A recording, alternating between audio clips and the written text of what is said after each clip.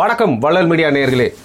நிறைய வாட்டி நம்ம சினிமா விமர்சனம் பண்ணுறப்போ பார்த்தீங்கன்னா நிறைய பேர் நீங்கள் சீரியஸான விஷயம்லாம் பேசுவீங்க, ஏன் சினிமா விமர்சனம் பண்ணுறீங்க அப்படின்னு சொல்லிட்டு கேள்வி கேட்குறாங்க. நான் ஏற்கனவே போன வீடியோவில் சொன்னது தான், அரசியல்வாதிகளே சினிமாவை நோக்கி போகிறாங்க அப்படின்னா சினிமா ரொம்ப பவர்ஃபுல்லான மீடியம். அதுவும் அரசியல் பேசுகிற ஒரு படத்தை நம்ம டீகோட் பண்ணாமல் பேசாமல் கடந்து போகிறது அப்படிங்கிறது மக்களுக்கு தப்பான புரிதல் ஏற்பட்டுச்சுன்னா, இல்லை ஒரு கரெக்டான புரிதல் இன்னும் நிறைய விஷயம் தெரிஞ்சுக்கணும்னு நினச்சாங்கன்னா அதற்கு ஒரு உதவிகரமாக ஒரு ஊக்குவிக்கமாக இருக்கும் அப்படின்னு தான் குறிப்பாக அரசியல் பேசியிருக்க பைசன் படத்தை பற்றி பேசணும் அப்படின்னு சொல்லிட்டு உங்களை மாதிரியே நிறைய பேரில் நானும் ஒருத்தன் பாரியால் கிட்ட போய் பாருங்க ரொம்ப தொலை பண்ணி இன்னைக்கு தான் பார்த்துருக்காரு.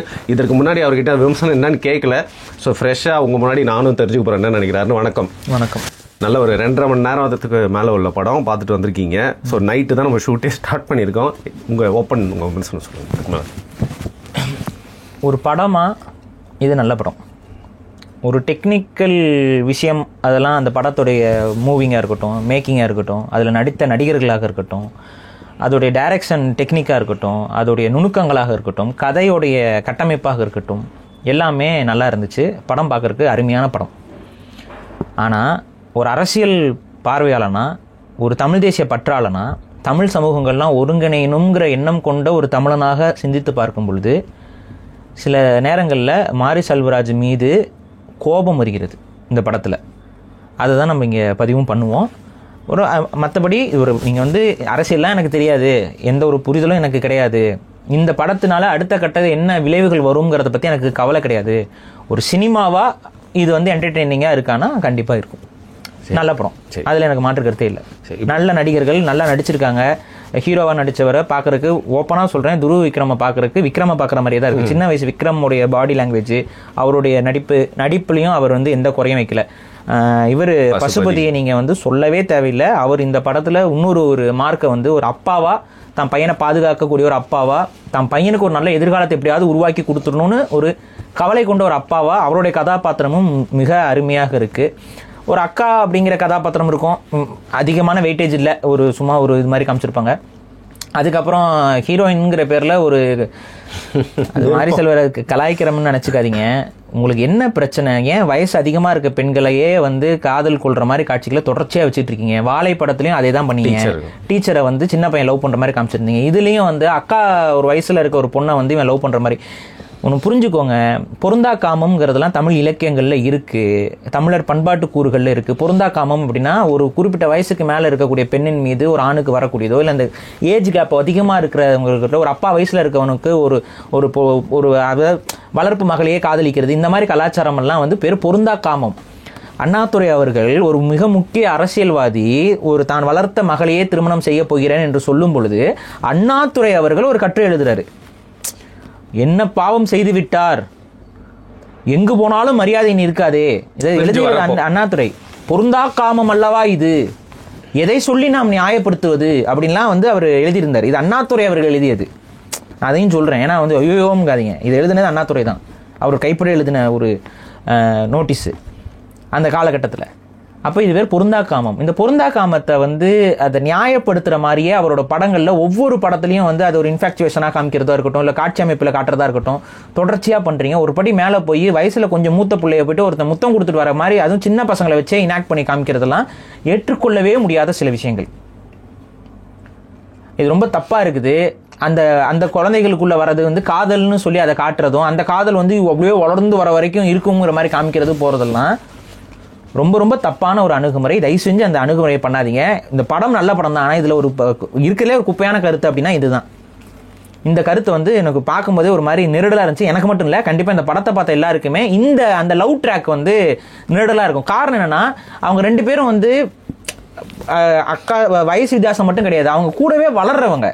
இப்போ அக்காவோட ஃப்ரெண்டை அக்காவாக பார்க்காம நீங்கள் ஒரு லவ் பண்ணக்கூடிய ஒரு பொண்ணாக பார்க்குறீங்க அப்படின்னா இது என்ன மாதிரியான உளவியல்? நீங்களே பாருங்கள். அக்கா கூட படிக்கிற ஒரு பொண்ணை, அக்காவோட ஃப்ரெண்டை, இப்போ உங்களுக்கு ஒரு அக்கா இருக்குன்னு வைங்க, அங்கே அக்காவோட போயிருப்பாங்க ஃப்ரெண்ட், அவங்க நீங்கள் அக்கான்னு கூப்பிட்டுருப்பீங்களா, என்னன்னு சொல்லி கூப்பிட்டுருப்பீங்க? இப்போ அக்கா நீங்கள் கூடாம அவங்க கூட ஒரு காதல் உறவுல நீங்கள் போகிற மாதிரி ஒரு சிந்தனை உங்களுக்கு இருந்துச்சுன்னா உங்களுடைய கேரக்டர் என்ன கேரக்டர்? கேவலமானவன். அப்போ இந்த கதாநாயகனோட கேரக்டர் நீங்கள் என்னவா காட்டுறீங்க? ரொம்ப தப்பான ஒரு அணுகுமுறை. தயவு செஞ்சு அந்த அணுகுமுறை பண்ணாதீங்க. ரெண்டாவது, உங்களுக்கு நம்ம ஊர் பிள்ளைகளை நடிக்க வைக்கிறதுக்கு முடியல, இல்லை வேண்டாம்னு நினைச்சீங்கன்னா விட்டுருங்க. மலையாளிகளையும் கன்னடர்களையும் தெலுங்கர்களையும் கொண்டு வந்து அவங்களுக்கு கருப்பு சாயம் பூசி வச்சு நடிக்க வைக்கிறதுங்கிறது இது தேவை கிடையாது. எதுக்கு அந்த பிள்ளைய கொண்டு வந்து இழைச்சிருமா ஒல்லியாயிருமா? பாத்தீங்களா அந்த ஹீரோயினுக்கும் அந்த ஹீரோயினோட மூஞ்சியே அந்த முகமே இல்லை. எதுக்கு? அவங்க ஒரு முகம் இருக்குன்னா அவங்க முகத்தை நம்ம ஊர் புள்ள முகம் மாதிரி மாத்தி பெயிண்ட் அடிச்சு நடிக்க வைக்கிறதுக்கு நம்ம ஊர் பிள்ளைங்க எத்தனை இருக்கு, நடிக்க வச்சுட்டு போயிடலாம்ல. இல்லைங்க, நீங்களும் நானுமே பேசியிருக்கோம். அப்போ நீங்க சொல்லியிருக்கீங்க நம்ம ஊர்ல பெண்களை வந்து நடிக்கிறதுக்கு அனுப்புறது மட்டும் இல்லாம அந்த ரொம்ப குறைவு. கேரளால நிறைய பேர் படையெடுத்து வந்துடுறாங்க, நிறைய பேர் வராங்க போறாங்கலாம் இருக்கு. இப்ப நம்ம ஊர் பொண்ணுங்க சான்ஸ் கேட்டு அலையாமையே இருக்காங்கல்ல. இப்ப அவங்களுக்கு யார் சான்ஸ் கொடுக்கறது? மாரி செல்வராஜ் மாதிரியான ஒரு ஆளு கொடுக்கலாம்ல. அவர் தான் கொடுக்கணும். நீங்க தான் எல்லாம் பேசுறீங்கல்ல, கொடுக்கலாம்ல ஒரு சான்ஸ். நீங்களும் கொடுக்கலன்னா என்ன நோக்கம்? இதான் எனக்கு புரியல. அது ஒரு மாதிரி அநாகரிகமா இருக்கு எனக்கு பாக்குறதுக்கு. அவங்களோட உருவத்தை மாத்தி அவங்க நம்ம இந்த உருவத்துக்காக நான் ரொம்ப கஷ்டப்பட்டேன்லாம் அவங்க அந்த இன்டர்வியூ எதுக்கு? நல்லா இருக்கா? கேரக்டரே வந்து தேவையில்லாத அது ஒரு மட்டமான கேரக்டர். ஒருவேளை அந்த மாதிரி மட்டம் இந்த கேரக்டர் சொன்னனால எந்த தமிழ் புள்ளையும் நடிக்காம போயிருச்சா? கேரக்டர் சரி, இந்த கேரக்டர் தேவையில்லை படத்துக்கு. தேவையில்லை. அக்கா கேரக்டர் சரி ஓகே, ஒரு அக்கா இருக்கு, தம்பி மேல ஒரு பாசமா இருக்கு, அம்மா இல்லாத புள்ளைய அவங்க அக்கா ஸ்தான ஒரு அம்மா மாதிரி. ஏன்னா நீங்க பாத்தீங்கன்னா அவங்க அம்மா இல்லாத குறைய அந்த அக்கா தான் பூர்த்தி செய்யற மாதிரி காட்டுறீங்க. அப்படி இருக்கிற ஒரு அக்காவோட தோழிய இவன் ரூட் விடுறாங்கிற மாதிரி ஒரு காட்சி அமைப்பு நீங்க வைக்கிறீங்க அப்படின்னா உண்மையிலேயே உங்களுக்குள்ள அது வக்கரம் இருக்கா? இல்லை இந்த வக்கரத்தை செய்ய சொல்லி யாராவது வேற யாராவது உங்க நண்பர்கள் யாராவது ப்ரொடக்ஷன் டீம் ஏதாவது இந்த வக்கரத்தையும் சேர்த்து செஞ்சிருங்க அப்படின்னு யாராவது சொல்றாங்களா? இல்ல அவங்கள ப்ளீஸ் பண்றதுக்காக இந்த வக்கரத்தை செய்ய சொல்றாங்களா? இவர் தேவேந்திர குல வேளாளர் சமூகத்தை சார்ந்தவர். ஒரே ஒரு கேள்வி கேட்கிறேன், தேவேந்திர குல வேளாளர் சமூகமாக தான் இந்த படம் முழுக்க காட்டுறீங்க. எந்த தேவேந்திர குல வேளாளர் சமூகம் வந்து மாட்டிறைச்சி உண்கிறார்கள் இந்த படத்துல காட்சி வைக்கிறாங்க? சாப்பிட மாட்டாங்க. ஷியோர் 100% உண்மை. அதாவது இப்போ வந்து ஒரு பழக்கத்துக்கு அவன் விருப்பத்தை சாப்பிடுறது மரபு வழியா வந்து இப்ப பாம்பு கறி ஒருத்தன் சாப்பிடறான், பூனை கறி ஒருத்தன் சாப்பிடறான். இதெல்லாம் வந்து ஒவ்வொருத்தன் வாய் டேஸ்ட்டுக்கு சாப்பிட்டு பார்ப்போமே, அதை சாப்பிட்டு பார்ப்போமே பழக்கம். பாரம்பரியமா சாப்பிட்ற பழக்கம் கிடையாது. ஊர்களில் சமைச்சு சாப்பிட மாட்டாங்க. நீங்க எப்படி காட்டுறீங்க? தேவேந்திர குல வேளாளர்கள்னு காட்டுறீங்க, ஆனா கடைசியில வந்து பாத்தீங்கன்னா மாட்டுக்கறி அது வேணும்னே காட்சி வைக்கிறீங்க. இது வலிந்து திணிக்கப்படுற காட்சி. ஏன்? அதாவது நார்மலா கறி சாப்பிட்ற மாதிரி காட்டாம வேணும்னே ஒரு இவ்வளோ பெரிய எலும்பு, அது மாட்டு எலும்பு, அது பார்த்தாவே தெரியும். அப்ப ஒரு வக்கிரத்தை மனசுக்குள்ள வச்சுக்கிறீங்க. ரெண்டாவது, எந்த குலதெய்வ வழிபாட்டிலையும் எலும்பு கூடுகளை கொண்டு போய் வைக்க மாட்டாங்க. என்ன நினைச்சுக்கிறீங்க நம்ம குலதெய்வங்களை? ஒரு எலும்பு கூட கொண்டு போய் சாமி கிட்ட வைக்கிறத வைக்க மாட்டாங்க. குலதெய்வத்துக்கும் தீட்டு இருக்குது. குலதெய்வ கோயில்கள்லயும் அந்த இதெல்லாம் பார்ப்பாங்க. சுத்தபத்தமா தான் சாமி ஆடுவாங்க. கறி சோறுலாம் திங்க மாட்டாங்க சாமி ஆடுறதுக்கு முன்னாடி. இதெல்லாம் நிறைய விஷயங்கள் இருக்கு. சுத்தபத்தமா இருப்பாங்க, கறி சோறு திங்க மாட்டாங்க. அந்த ஒரு குறிப்பிட்ட நாளுக்கு அப்புறம் அன்னைக்கு தான் அந்த சாமி வந்து ஆடினதுக்கு அப்புறம் தான் வந்து ரத்தம் குடிக்கிறது இதெல்லாம் இருக்கும். அங்க வச்சு வழிபட மாட்டாங்க. அது சமைச்ச வெட்டி அங்க பழி கொடுத்துட்டு சாப்பிட்றது தான். அது மாட்டோடைய எலும்பை வந்து வேணும்னே வந்து சாமியா கும்பிட்ற மாதிரிலாம் காட்டுறீங்க. இது என்ன காரணம்? இதெல்லாம் சும்மா. அது ரெண்டாவது, இந்த மாடன் அப்படிங்கிறத வந்து உடனே வந்துட்டு மாட்டோட போயிட்டு அசோசியேட் பண்ணிக்கிட்டே இருக்கிறாங்க ஒவ்வொரு இதுவும். சுடலை மாடன், இப்போ ஆக்சுவலாக சுடலை மாடனை தான் இங்கே காளை மாடன்னு சொல்லி ஒரு காவல் தெய்வம் இருக்கிற மாதிரி காட்டுறாங்க. எனக்கு தெரிஞ்சு அது உண்மையாவே குலதெய்வமா இல்லை வேறு இவங்களா இந்த படத்துக்காக புனைவா கிரியேட் பண்ணாங்களான்னு தெரியல. சுடலை மாடன் நம்ம கேள்விப்பட்டிருப்போம். சுடலை மாடன் அப்படிங்கிறது என்னன்னா, சுடலை மாடன்னா சிவன் தான், நம்ம முன்னாடியே சொல்லியிருக்கோம். அங்கே வந்து மேடை போடுவாங்க, அது பேர் மாடம். நீங்க சுடலை மாடம் கோயிலுக்கு போனீங்கன்னா உருவம்லாம் இருக்காது, ஒரு மேடை மாதிரி இருக்கும் அந்த மாடம். அதுக்கு ஆங்கிலத்துல வந்து ஆல்டர் அப்படிம்பாங்க. அந்த ஆல்டர் நீங்க கேரளாவா எங்க போனீங்கன்னாலும் அந்த ஆல்டர் வழிபாடுன்னு இருக்கும். அதாவது என்னன்னா ஒரு சின்ன ஒரு மேடை மட்டும் இருக்கும், அது பேர் தான் மாடம். அந்த மாடத்துல வச்சு வழிபடுற வழிபாடுங்கிற சுடலைங்கிற கடவுளை நம்ம அந்த மாடத்தை வச்சு வழிபடுறதுனால சுடலை மாடன். இந்த மாடனை மாட்டோட போய் சில பேர் குழப்பிக்கிட்டு மாட்டு தலையெல்லாம் போட்டு இந்த மாதிரி உருவகம் பண்றதெல்லாம் இருக்கும் கிராமங்கள்ல. சில குழப்பிக்கிட்டு இருப்பாங்க. ஆனா அதுக்கும் மாட்டுக்கு எந்த சம்மந்தமும் கிடையாது. சுடலை மாடன்கிறது அந்த மாடம் இருக்கும், அந்த மாடத்துல விளக்க வச்சு வழிபடுவோம், அவ்வளவுதான். இதுல வந்து காளை மாடன் அப்படிங்கிற பேர்ல கொண்டு வந்து ஆட்டோமேட்டிக்கா காளை மாடனா காளை மாடை வழிபடுற மாதிரி அப்படின்னு சொல்றீங்க. சரி, காளை மாடுன்னு சொல்லிட்டு கடைசி எதை காட்டுறீங்கன்னு பாத்தீங்கன்னா காட்டு எருமையை காட்டுறீங்க. அது காட்டு எல்லாம் வந்துச்சு, அதுல இருந்து வந்தாலும் அது வேற இது வேற இல்லையா? அதை ஏன் வழிபட போறோம்? அப்புறம் அதை வந்து என்ன ஆட்டோமேட்டிக்காக காட்டுறீங்க. ரெண்டாவது, ஃபுல்லாக தலித்திய சிம்பாலிசம், அம்பேத்கர் ஃபோட்டோஸை போட்டு காட்டுறீங்க. இன்ஃபேக்ட் நீங்கள் காமிக்கக்கூடிய சமூகம் வந்து அம்பேத்கரை தூக்கி சுமக்கிற சமூகமும் கிடையாது. அதிகமாக அவங்க தூக்கிட்டு இருக்க மாட்டாங்க. அவங்களுக்கு வெவ்வேறு தலைவர்கள் வச்சிருக்காங்களே ஒழிய அம்பேத்கரை தூக்கி அது அந்த நீங்கள் கொடுக்குற டைம் லைனில் அம்பேத்கர்லாம் இல்லை, இப்போ தான் நீங்கள் கொண்டு போய் சேர்த்துக்கிட்டு இருக்கீங்க. ஸோ அந்த வேலையும் நீங்கள் தொடர்ச்சியாக அந்த படம் முழுக்க பண்ணுறீங்க. அப்புறம் அதுதான் முழுக்க தலித்திய அரசியலை வந்து வழிந்து வழிந்து வழிந்து தமிழ் சமூகங்களுக்குள்ள திணிக்கிற வேலையை இந்த படம் முழுக்க செய்யறாரு. படத்துல இருக்க ஒவ்வொரு காட்சியிலையும் நீங்க சொல்ல முடியும் அது வழிஞ்சு வழிஞ்சு திணிக்கிறாரு. அது நமக்கு தெளிவா தெரியுது. சரி, ஓகே, இதெல்லாம் வந்து ஒரு சில குறைபாடுகள். இதெல்லாம் கூட சொல்லி திருத்திக்கலாங்கிற மாதிரி குறைபாடு. இந்த அல்டிமேட்டா இந்த படத்தை பார்க்கும்போது எனக்கு வந்த ஒரு வருத்தம் என்ன அப்படின்னா, தமிழ் சமூகத்தை சேரவே விட மாட்டாங்க போல. என்ன பிரச்சனை பாரு, என்ன அப்படி மாதிரி? சரி, அந்த படத்தை பார்க்கும்போது உங்களுக்கு என்ன தோணுச்சு? எனக்கு என்ன பிடிச்சதுன்னு ஒண்ணு இல்ல, ஒரு காட்சி நான் சொல்றேன். அந்த ஆட்டை குத்தி கொலை பண்ற காட்சி இருக்குல்ல, அதை பார்க்கும்போது உங்களுக்கு என்ன தோணுச்சு? என்னடா அது இவ்வளவு வெறியா அப்படி பண்றாங்க? யார் பண்றாரு? இன்னொரு சாதிக்காரர் வந்து பண்றாரு. அப்ப அந்த சாதிக்காரர் மேல உங்களுக்கு ஒரு கோவம் வருதா இல்லையா? இல்ல, ஆனா டீச்சரையும் காட்டுறாங்களே, சந்தன இருங்க. இந்த காட்சியை பார்க்கும்போது உங்களுக்கு கோவம் வருது. இதே மாதிரி இன்னொரு படம் வந்து இவர் எடுத்தாரு, பன்னியை வச்சு எடுத்தாரு. அதான் சாரி, பன்னி வச்சு இல்ல, அதாவது பன்னி மேய்க்கிற கதாபாத்திரத்துல ஒருத்தரை வச்சு எடுத்தாரு, ஞாபகம் இருக்கா? அந்த படத்துலயும் அந்த ஒரு ஆதிக்க சமூகம் போல ஒருத்தர் காட்டுறவர் வந்து பாத்தீங்கன்னா நாய்களை குத்தி குத்தி கொள்வார், சுடுவார், சுடுவார். அதுவும் வந்து ஏதோ தோத்துருச்சோ ஏதோ இது பண்றதுக்கு போயிட்டு அடிச்சு கொள்வார் நினைக்கிறேன். அடிச்சும் கொள்வாரு, சுடவும் செய்வார். அது ஓகே. அடிச்சு கொள்ற காட்சி ஒன்று இருக்கும், பாத்திருக்கீங்களா? அதை பார்க்கும்போது உங்களுக்கு என்ன தோணும்? என்னடா இவ்வளவு கொடூரமானவனா இருக்கான். இப்ப இதை நீங்க ஒரு நடுநிலையாளரா பார்க்கறனால கொடூரமானவரா இருக்காங்கிறது மட்டும் புரியுது. இப்ப நீங்க தேவேந்திர குலத்தை சமூகத்தை சார்ந்தவர், நீங்க உங்களுக்கு என்ன தோணும்? ஒரு எதிரி மனப்பான்மை தான் வரும். அப்ப அதை தான் நீங்க உருவாக்குறீங்க படத்துல. சரி, இந்த படத்தை ஒரு முக்குலத்தோர் சமூகத்தோட நீங்க பாக்குறீங்க, உங்களுக்கு என்ன தோணும்? இன்னொருத்தன் இப்படி இருக்கான் அப்படின்னு தோணும். இல்ல, எனக்கு என்னன்னா அதான் கேட்குறேன், இப்படி காட்டுறாங்கல்லங்க. ஆனா ஒரு ஃபர்ஸ்ட் எடுத்தோடனே அவனோட டேலண்ட் ஐடென்டிஃபை பண்றதே இந்த வாத்தியார் தான். அவர் வந்து பாத்தீங்கன்னா இந்த சமூகத்தை சேர்ந்தவர் தான். இல்ல, அதாவது கேவலமா ஒருத்தங்களை காட்டிட்டு சைட்ல ஒரு துணுக்கு ஒரு ஆளை காட்டுறது ஒன்றும் இல்லை. சிம்பிளா நான் சொல்றேன், முஸ்லீம்கள்லாம் தீவிரவாதிகள், முஸ்லீம்கள்லாம் வெடிகுண்டு வைக்கிறாங்க. அந்த இடத்துல ஒரு தேசிய கொடியை தூக்கி போட்டுட்டு ஒரு முஸ்லீம் வருவார், வந்துட்டு நான் இந்த நாட்டுக்காக சாவுறேன் அப்படிம்பாரு. இப்படி ஒரு கதை எல்லா படத்துலயும் முஸ்லாமியர்களை தீவிரவாதிகளை காட்டுற எல்லா படத்துலயும் இப்படி ஒரு கேரக்டர் வச்சிருவாங்க, பாத்திருக்கீங்களா? எக்ஸாம்பிள் வானம் படத்துல கூட. ஏன்? ஏன்னா முஸ்லீம்ஸை தீவிரவாதியா காட்டுறோம்? இல்ல, ஒரு கேரக்டர் இருக்கு பாத்தீங்களா, அந்த கேரக்டர்ல அவர் நல்லவர். அப்ப நாங்க பொதுவா காட்டல. ஆனா நோக்கம் என்ன அந்த மாதிரி படங்களுக்கு? இல்ல, ஆனா ஒரு நல்லதை காட்டி தானே பாரு, அதுல இருந்து வெளில எல்லாரையுமே ஒண்ணு சேர வைக்க. ஏங்க, நான் ஒன்னும் கேட்கிறேன், மோட்டிவ் ஆஃப் த மூவி, ஒரு படத்துக்கு மோட்டிவ்னு ஒன்று இருக்குல்ல, இந்த படத்துடைய மோட்டிவ் என்ன? என்னோட புரிதல் சொல்றேன். எல்லாருலயும் நல்லவனும் இருப்பான், கெட்டவனும் இருப்பான். இந்த சாதி, அதாவது ஒடுக்கப்பட்ட சாதிக்குள்ளேயே வந்து பாத்தீங்கன்னா வந்து அவனுக்குள்ளேயே வந்து ஒடுக்கிறவனும் இருப்பான்.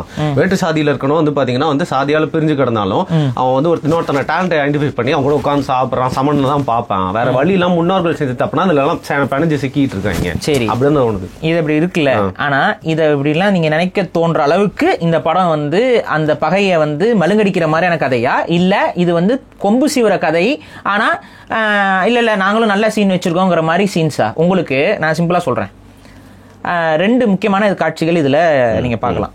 அதுல நீங்க சொல்ற இந்த முடிவு வரதுக்கு அந்த ரெண்டு காட்சிகள் தான். அந்த ரெண்டு காட்சிகளை மட்டும் தூக்கிட்டீங்கன்னா இந்த முடிவுக்கே உங்களால வர முடியாது. ஃபார் எக்ஸாம்பிள், ஒன்னு வந்து அதாவது அமீர் கதாபாத்திரம், பாண்டியராஜன் கதாபாத்திரம் வந்து அங்க வரும். அவர் வந்து இந்த கல்யாணம் பண்ணிக்கிறதுக்கு தாலி எடுத்து கொடுக்க வருவாப்புல. அப்ப அந்த பொண்ணுக்கு விருப்பம் இல்லாம கல்யாணம் பண்ற மாதிரி இருக்கும். அப்ப வந்து அந்த பொண்ணோட அண்ணன் வந்து என்ன சொல்லுவாரு, இந்த ஒரு முன்னூறு பையனை காதலிக்குது, ஒரே சமூகம் தான், ஆனா வந்து அவன் வந்து உடனே அவன் பிச்சைக்கார பையன், இன்னொருத்த காலை பிடிச்சு போனான், அவன் வேற ஒருத்தன் காலை பிடிச்சு போயிட்டான் அப்படி இப்படின்னு சொல்லும் பொழுது இவர் வந்து அதெல்லாம் இல்லை, அப்படிலாம் பண்ணக்கூடாதுன்னு சொல்லி அதெல்லாம் தப்பு, ஒருத்தன் இங்க இருந்து கஷ்டப்பட்டு போயிருக்கான், எவன் காலை பிடிச்சு போனாலாம் பேசாத, அவன் கடைசியில என்னவா நிப்பாங்கிறத பாரு, இப்படிலாம் சொல்லி ஒரு இதெல்லாம் முடிச்சு அவன் வந்ததுக்கு அப்புறம் தான் கல்யாணம்னு சொல்லிட்டு அவர் போயிருவாரு. கார்ல போகும்போது ஒரு டைலாக் சொல்லுவாரு. அந்த ஒரு பாயிண்ட் வந்து ஒரு முக்கியமான இது. அது என்னன்னா, நம்ம இதுலயுமே சாதி வெறின்னு சொல்லிட்டு வரவனுங்களை நம்ம வந்து அடிச்சு விட்டுறணும். ஏன்னா நாளைக்கு சாதி பெருமை அது இதுன்னு பேசிட்டு இவங்க வந்துருவானுங்க, நம்ம எதுக்காக கத்தி தூக்கணும்ங்கிறதே மறந்துடுவாங்க, அப்ப இவங்களை வந்து தட்டி விட்டுறணும் அப்படிங்கிற மாதிரி ஒரு கதை இருக்கும். ஏன்னா அவனை அடிச்சிங்கன்னு ஒருத்தன் கேட்பான், கூட அடிச்சுன்னா இப்படிதான்டா அவனை நசுக்கி விட்டுறணும், அவன் வந்து ரொம்ப தப்பானவன் அப்படிங்கிற மாதிரி சொல்லுவாப்ல. இந்த ஒரு கதாபாத்திர இந்த ஒரு டயலாக் மட்டும் இல்லை அப்படின்னா நீ கொம்புசி விட்ட கணக்கு தான் இந்த படமே முழுக்க. ஆனா இந்த டயலாக் வச்சது தானே ஒரு நல்ல. நானே கேட்குறேங்க, இந்த டயலாக் உங்க மனசுல ஒட்டுச்சா, இல்ல அந்த ஆட்டை குத்தி கொள்ளும் போது காட்சி உங்க மனசுல ஒட்டுச்சா? இது ஒரு டயலாக். அந்த டயலாக் அப்பெல்லாம் கிளாப் பண்ணாங்க பாருங்க. இந்த டயலாக் அப்ப கிளாப் பண்ணுவாங்கங்க, அது அப்ப எவனா கிளாப் பண்ணனா? அப்படியே ஒரு மாதிரி சைலண்ட்ல இருந்துச்சு, ஒட்டுமொத்த திரையரங்கம். ஆட்ட அறுக்க தான் கூட்டு போறாங்க, சரியா? அது ஆட்ட அறுக்க தான். அந்த கொடூரமா நான் சொல்லவா ஏத்துக்க முடியல, சொல்லவா? குலதெய்வத்துக்கு வெட்டருக்கு கூட்டு போற ஆட்டை எவனும் தொட கூட மாட்டான், தெரியுமா? இது சாமிக்கு வெட்டருக்கு தானே கூட்டு போறாங்க, பார்த்தாவே தெரியுது, மாலையெல்லாம் போட்டிருக்கோம் அந்த ஆடு, பார்த்துருக்கீங்களா? சாமிக்கு வெட்டருக்கு கூட்டு போற ஆட்டை அந்த ஊர் பகுதியில் எவனுமே தொடமாட்டான். ஊர் கோயில்களில் சாமிக்கு நேந்து விடுற ஆடு ஒன்று இருக்கும், அதை தொடமாட்டாங்க. சாமிக்கு நேந்து விடுற மாடு ஒன்று இருக்கும், சாமி மாடுன்னு சொல்லுவாங்க, அதையும் தொடமாட்டாங்க. இதெல்லாம் பண்பாடு, தமிழர் பண்பாடு. அப்போ இவங்க என்ன ஆக்சுவலாக சொல்ல வராங்கங்கிறது நீங்கள் முதல்ல புரிஞ்சுக்கோங்க. அவன் அதெல்லாம் பார்க்க மாட்டான்டா, அவங்களுக்கு வெறி அப்படிங்கிறத நீ காட்டுற. அது அந்த ஆடு வந்து அவன் காலில் மூத்திரம் போயிடும். நடக்கும் ஊரில் இந்த மாதிரி நடந்த, நவுத்தியா என்ன அவன் ஆட்டை வந்து இது பண்ணுற அப்படிங்கிற அளவுக்கு அது வரும். அவங்க என்ன சொல்லுவாங்க, ஐயோ தெரியலைங்க சாமி ஆடுங்கிறனால கொண்டு வந்துட்டாங்க அப்படி இப்படிம்பாங்க. அதோட முடியும். ஆனால் இது அதோட முடியல. அவங்க வந்து கையில் பச்சை குத்திருக்க மாதிரி வேற ஒரு சமூகத்தை சார்ந்தவங்கிறத இது பண்ணிட்டு அப்போ அந்த ஒரு சண்டையில் போய் தான் அது முடியும். அது அந்த சண்டையில் அவன் வந்து அவ்வளோ வக்கரமாக அந்த ஆட்டை கொள்ளுவான். அது சாமிக்கு நேர்ந்து விட்டு ஆட்டை கொள்கிற மாதிரி காமிக்கிறீங்க. இதெல்லாம் ஓப்பனாக நான் சொல்கிறேன். அங்கே இருக்கக்கூடிய ஆல்ரெடி கொதிநிலையில் இருக்கக்கூடிய சமூகங்கள், அதுகள் ஒன்றாகணும், அந்த சமூகங்களுக்குள்ள இருக்க பிரச்சனைகள் ஒன்றாகணும்னு நம்ம பேசிக்கிட்டு இருக்கோம். ஆனால் அப்படி ஒன்றாகிடக்கூடாதுங்கிறதுக்காக வேலை பார்க்குற மாதிரி இருக்குது. எரியறத்தில எண்ணெயை ஊற்றுற மாதிரி இந்த படம். இந்த ஆட்டை கொல்லுவான்ல, அந்த கேரக்டர்லாம் கடைசியில் வந்து அவன் ஜெயிக்கிறத பார்த்து சந்தோஷப்படுவோம்ல பாருங்க. நீங்கள் நான் தான் சொல்கிறேன்ல, நீங்கள் அந்த ஆட்டை கொல்றப்ப இருக்கிறவன் அந்த மாதிரி சந்தோஷப்படுவான்னு நீங்கள் கதைக்கு சொல்கிறதெல்லாம் கேட்கறதுக்கு நல்லா தான் இருக்குது. அது கதை.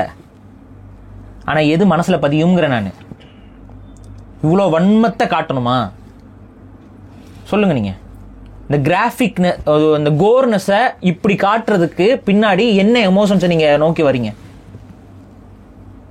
நாங்கள் அவ்வளோ சஃபர் ஆகிருக்கோங்கிறத சொல்ல வரீங்களா, இல்லை இவ்வளோ சஃபர் ஆகிக்கிருக்கீங்கடா எங்களை அப்படின்னு சொல்லி அந்த இடத்துல சண்டையை தொடங்குறதுக்கான வேலையை பார்க்குறீங்களா? நான் ஓப்பனாக சொல்கிறேங்க, ஒரு தேவேந்திர குல வேளாளர் சமூகத்தை சார்ந்த பையன் இந்த படத்தை பார்த்தானா அவனுக்கு எதிரில் இருக்க சமூகங்கள் மீது கொலை வெறி வரும். இதுதான் உண்மை. இந்த யதார்த்தத்துக்கு நம்ம வந்து பூசி மொழிகிட்டுலாம் அலைய முடியாது. இந்த படத்தை பார்த்தானா அவனுக்கு கொலை வெறி தான் வரும். இந்த படத்தில் ஏன் வந்து வேணும்னே 2 சமூக தலைவர்களை ஏன் உள்ளே கொண்டு வரணும்? அவங்களுக்கு ஏன் வந்து ரியல் லைஃப் சமூக தலைவர்களோட ரொம்ப ஒத்து போகிற மாதிரியான காஸ்டியூமாக இருக்கட்டும், செயல்பாடுகளாக இருக்கட்டும், நடை உடை பாவனைகளாக இருக்கட்டும், ஏன் அதை கொண்டு வரணும்? சாதாரண விஷயமா இது? இந்த படம் வந்து உண்மையிலேயே தமிழ் சமூகத்தை பிளவுபடுத்த வேண்டும்ங்கிற நோக்கத்திற்காக எடுக்கப்பட்ட படமாக தான் நான் பார்க்குறேன். இந்த படத்துடைய இந்த மையப்புள்ளி வந்து தமிழ் சமூகத்தை உடைக்கும், இது சேர்க்காது. இல்லை சும்மா அங்கங்கே 4 டைலாக்கை வந்து இந்த ஒற்றுமையை பேசுகிற மாதிரியான டைலாக்ஸை தூக்கி போட்டுட்டு போகிறதுனால இந்த படத்தை வந்து நம்ம இது ஒரு தமிழ் தேசியத்திற்கு ஆதரவான படம்னு சொல்லிட முடியாது. இது முழுக்க தமிழ் தேசியத்திற்கு எதிரான படம். தமிழ் தேசியத்துக்கு ஆதரவான படமா நான் பார்க்கல. தமிழ் தேசியவாதி, அப்புறம் எங்களுக்கு எதிரான படத்தை நான் எதிரான படம் தான் சொல்ல முடியும். அப்படி ஆதரவான படமா நான் பார்க்கல. இதுன்ற நீங்க பார்க்கலீங்க. நான் ஒரு தமிழனா, தமிழ் சமூகம் ஒருங்கிணைன்னு நினைக்கிறேன்ல, அந்த ஒருங்கிணைவை விரும்பாதவன் எடுத்த படமாக தான் இதை பார்க்க முடியும். தமிழ் சமூகம் ஒருங்கிணைவதை விரும்பாதவன் எடுத்த படம் தான் இந்த படம். அதுதான் இந்த படத்தை பார்க்கும்போது எல்லாருக்குமே தோணும். அதில் மிக குறிப்பாக அந்தந்த சமூகங்களை சார்ந்தவர்கள் இந்த படத்தை பார்த்தாங்கன்னா மற்ற சமூகத்தின் மீது அதீத வெறுப்பை தான் இந்த படம் வந்து உருவாக்குமே ஒழிய நட்பு பாராட்டணும் இதெல்லாம் தப்புங்கிற எண்ணமே வராது. இப்படிலாம் நம்மளை பண்ணியிருக்காங்களாங்கிற கோபம் தான் வரும். இந்த உண்மையாகவே இந்த நடந்த வரலாற்றை நான் இங்கே பேசணும்னா அது நிறையா மக்களை வந்து அஃபெண்ட் பண்ணுற மாதிரி இருக்கும். அதனால் யார் இந்த தலைவர்களை வச்சுருக்காங்கிறது உங்கள் எல்லாருக்குமே தெரியும். ஒன்று பசுபதி பாண்டியன் அப்படிங்கிற கதாபாத்திரம், பாண்டியராஜன். அது இன்னொன்று வந்து வெங்கடேச பண்ணையார் கதாபாத்திரம். இவங்களுக்குள்ள உண்மையாகவே ரகலை என்பது சண்டை என்பதெல்லாம் இருந்தது. ஆனால் பசுபதி பாண்டியன் இவங்களுக்கும் கொலைக்கெல்லாம் சம்மந்தம் இருக்குது, அதெல்லாம் நான் மறுக்கலை. பட் கடைசியில் இப்போ 2 பேரும் என்னன்னாங்க, இல்லை சொந்த சமூகத்தினரே துரோகம் பண்ணி இது செத்துட்டு போயிட்டாங்க. அதுதாங்க 2 பேருக்குமே துரோகிகளால தான் இது நடக்கும். நீங்க பாத்தீங்கன்னாவே இந்த படத்துல இருக்கவங்களே இந்த படத்துல பாத்தீங்கன்னாலும் தெரியும், துரோகிகளால தான் அவங்க வீழ்வாங்க. அந்த சமூகத்துல இருக்கவங்க மூலமா தான் அவங்க சாகடிக்கப்படுவாங்க, காட்டி கொடுக்கறது மூலமா தான். அதே போல இங்க பண்ணையார் கேரக்டரும் அதே கான்செப்ட்ல கூட இருக்கவனே தான் காட்டி கொடுப்பான். இன் ரியாலிட்டியும் இது உண்மை. இவங்க 2 பேருக்கு நடந்ததுல ரியாலிட்டியும் இது உண்மைதான். அப்படியே? ஆமா, இன் ரியாலிட்டி அது உண்மை. பட் நான் அதெல்லாம் ரொம்ப டீட்டெயிலாக சொல்ல விரும்பல. இதான் நடந்துச்சு.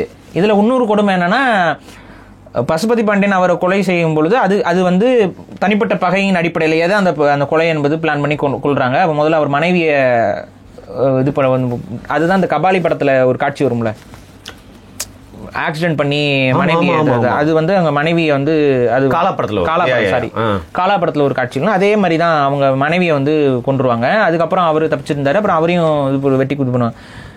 இவருக்கு வந்து போலீஸ் என்கவுண்டர்ல சாகிற மாதிரி. போலீஸ் என்கவுண்டர் எதனாலனா இவர் இங்க இருந்த முக்கியமான அரசியல்வாதிகள், அவங்க வேற ஒரு மாற்று சமூகத்தை சார்ந்த அரசியல்வாதிகள் எல்லாம் வந்து கொஞ்சம் சென்னைக்கு வந்து பகச்சுக்கிட்டாரு. சென்னையில் இருக்கும்போது ஒரு மிக முக்கியமான நம்ம எல்லாருக்கும் தெரிந்த ஒரு அரசியல்வாதியோடைய உறவினர் ஒருத்தரோட வாயில துப்பாக்கி வச்சுட்டு நின்றுட்டாரு. அந்த வெறுப்பு, அந்த கடுப்பு, அது போக இங்க இருந்த சில முக்கியமான பெண் சார்ந்த அமைச்சர் இவங்களுக்கும் அவருக்கும் ஒரு தகராறு. அவங்களுக்கு வேண்டப்பட்ட ஒருத்தவரை இவர் கொலை பண்றேன்னு சொன்ன உடனே இதெல்லாம் என்னன்னு தெரியும். அன்னைக்கு இவருக்கு நட்பாக இருக்கக்கூடிய அரசாங்கம் நினைச்சுக்கிட்டு இருந்த ஒரு குறிப்பிட்ட அரசாங்கமே பேக்ரவுண்ட்ல வேலையை பண்ணி இது பண்ணியாச்சு. அதுக்கப்புறம் அவங்க இவருடைய மனைவி வந்து அதற்கு எதிர்கட்சியில போயிட்டு வேட்பாளரா நின்று ஜெயிச்சாங்க. இதெல்லாம் நம்ம பார்த்த வரலாறு. இந்த வரலாறுகளை இந்த படத்துக்குள்ள திணிச்சிருக்கீங்க ஒரு சின்ன சின்ன ஆஸ்பெக்ட்ஸ்ல. ஆனா பார்த்தாவே தெரியும் வேணும்னே அந்த காஸ்டிங் எல்லாமே முக அமைப்புலாம் அதே மாதிரி தாடி வச்சிருக்கிறது, இவருக்கும் அதே மாதிரி மீசை, அதே மாதிரி முக அமைப்பு கொண்ட ஒரு நடிகர். ஸோ பார்த்தா இவர் இந்த கேரக்டர் தான், அவர் அந்த கேரக்டர் தாங்கிற கதாபாத்திரங்கள். இவங்க ரெண்டு பேருக்குள்ள பகை வெட்டிக்கிட்டு சாகிற மாதிரி பகை, மாறி மாறி இது கொள்ற மாதிரி பகை, அங்க இருக்கக்கூடிய ஆளுகள் எல்லாம் வெட்டிட்டு சாகிற மாதிரி. இதுல ஒரு படி மேல போய் இந்த ஆதிக்க வகுப்பினர்கள் வந்து ஏன் அடிக்கிறோம் எதுக்கு அடிக்கிறோமே தெரியாம இருக்கும். இவங்க சைட்ல இவங்க வந்து எதிர் தாக்குதல் பண்ற மாதிரி காமிச்சுட்டு இருப்பாங்க. ஸோ இவங்க பண்ற தாக்குதல்லாம் நியாயப்படும் உங்களுக்கு. கரெக்டா? அடிக்கிறான், திருப்பி அடிக்கிறேன். சரி, ஃபர்ஸ்ட் கொலை நடக்குது. இந்த படத்தை கதாபாத்திரத்திலே வரேன். ஃபர்ஸ்ட் கொலை நடக்குது, அது என்ன கலை? அவன் அந்த ஆளு வார்த்தையில ஒரு வார்த்தையை சொல்லுவாப்புல, அங்கதானே கொலை நடக்கும். மீசை வச்சுட்டு இருப்பாரு முதல் ஒரு ஆளை கொள்ற மாதிரி ஒரு காட்சி பண்ணுவீங்க. இப்ப இதுக்கு யாரை குறை சொல்லலாம்? அந்த மீசை வச்சுட்டு இருந்தவன் தான் ஓவரா பேசினான். அவன் பேசினா கொண்டுருவீங்களா சொல்லுங்க? அப்ப ஒருத்தன் இப்படி ஓவரா பேசினா கொல்லணும், அதானே சொல்ல வரீங்க? கொல்லக்கூடாதுங்க. அப்ப அவர் பண்ணவர் தானே ஹீரோ ஆக்கியிருப்பீங்க படம் முழுக்க. ஒருத்தன் வாயில சொல்லிட்டான், சாதி ரீதியா திட்டான், அதனால கொண்டுறணும், அதானே சொல்ல வரீங்க? அந்த படத்துல அதானே காட்டுறீங்க. கடைசியில் அந்த படம் முழுக்க நீங்க வந்து அவரை ஹீரோவை தானே காமிச்சிட்டு வரீங்க கடைசி வரைக்கும். அந்த இடத்துல அவர் மேல ஏதாவது நெகட்டிவ் காமிச்சிங்களா? இந்த ரெண்டு சாதி தலைவரை காமிச்சிங்கல்ல, இவங்க கிட்ட ஏதாவது நெகட்டிவ் காமிச்சிங்களா சொல்லுங்க? படம் முழுக்க நெகட்டிவ் காமிச்சா தேவையில்லாம பிரச்சனை வரும். ஏன் பிரச்சனை வரும்? உனக்கு தேவை அங்க ரெண்டு சாதி வெறியை தூண்டி விடணும். யார் பிரச்சனை பண்ணுவா? அந்தந்த சமூகத்தை சேர்ந்தவங்க. ரெண்டு சமூகத்திலையும் பிரச்சனை பண்ணுவான், தெரியுதா? எதுக்கு இதை காட்டணும்? அப்ப இவங்க ரெண்டு பேரும் மோதிக்கணும். ஆனா என்கிட்ட இவங்க ரெண்டு பேரும் மோதிடக்கூடாது. எவ்வளவு தெளிவா அந்த படம் எடுக்கப்பட்டிருக்கு. இவங்க ரெண்டு பேரும் மோதிக்கணும், ரெண்டு சாதிக்காரனும் மோதிக்கணும். ஆனா இவங்க ரெண்டு பேரும் சேர்ந்து நம்மள அடிச்சிடக்கூடாது. எப்படா இவரை நீ தப்பா காட்டலாம்னு. அதனால அவங்க ரெண்டு பேர் மேலேயும் தப்பே கிடையாது. ஆனா அது உண்மையா? இன் ரியாலிட்டி அது உண்மையா? இந்த தலைவர்கள் மேல எல்லாம் தப்பே கிடையாதா? ஏங்க எவ்வளவு பிரச்சனையா இருக்கட்டுங்க, அதற்கு ஒருத்தன் உயிரை எடுக்கிறது தான் தீர்வுன்னு நீங்க நம்புறீங்களா? அது எந்த சமூகத்தை சேர்ந்தவனா? அப்புறம் சமத்துவத்துக்காக நான் கத்தியை தூக்குறேன்னு பேசுறதுலாம் என்ன மாதிரியான அயோக்கியத்தனம்? சமத்துவத்துக்காக நான் சமத்துவ கொள்கையை எடுத்து பேசினேங்க, ஒற்றுமைக்காக பேசினேங்க, ஒன்னா இருக்கணுங்கிறதுக்காக பேசினேங்க. இது வேற. இப்ப நீங்க பாரதியாரை காமிக்கிறீங்க, இல்ல வேற ஒவ்வொரு சமூக போராளிகளை காட்டுறீங்கன்னா அது வேற. சமத்துவத்துக்காக நான் ஆயுதத்தை தூக்குனேன் அப்படின்னா அங்க சமத்துவம் வரவே வராது, வரவே வராது. இங்க நடக்கிற பிரச்சனை என்ன? சகோதர சண்டை. உடனே இப்ப கமெண்ட் அடிக்க போயிருப்பேன் 10 பேர் கையை தூக்கிட்டே, பிரபாகரன் கமெண்ட் போயிருக்கும். இப்ப பைத்தியக்காரனுங்களுக்கு சகோதர சண்டைக்கு எதிரிகளுக்கு நடுவில் இருக்க நடக்கிற சண்டைக்கு வித்தியாசம் தெரியல. ஏன் எனக்கு மாரி செல்வராஜ் மேல கோவம் வருது தெரியுமா? எதிரிகள் எல்லாம் நீ தலைவனா காமிச்சிட்டு இருக்கிற உன் படத்துல. இந்த படத்துல 2 தலைவர்களோட போட்டோ காமிச்சு கபடி நடக்கும். யாரு? கருணாநிதி, எம்ஜிஆர். இந்த இவங்களோட காலகட்டத்தில் உழைக்கக்கூடிய மக்களுக்கு மீது ஏவப்பட்ட அந்த படுகொலை சம்பவங்கள்லாம் என்னன்னு தெரியுமா? இல்ல அதை வச்சு பணம் எடுப்பாரா மாரி செல்வராஜ்? அது ஏத்துக்கவே முடியல. நீங்க 2 பேரும் காட்டுறீங்க, எதுக்கு? எதுக்கு காட்டுறீங்க? என்ன நோக்கம் உங்களுக்கு அங்க இருக்கு? அவங்க 2 பேரும் தமிழரா? தமிழர் அல்லாத தலைவர்களை காட்டுவீங்க, தமிழ்நாட்களை வந்து ரவுடிகளா இருக்கவங்கள காட்டுவீங்க, அவங்க 2 பேரும் அடிச்சுக்கிட்டு சாகிறத காட்டுவீங்க. என்ன நோக்கம் இது? அதான் தமிழன்னு சாதி வெறியனுங்க, இவங்களுக்குள்ள வெட்டிட்டு சாவாங்க. ஆனா தலைவர்களா இருக்கிறவங்க பிறமொழியாளர் அப்படி எடுத்துக்கலாமா?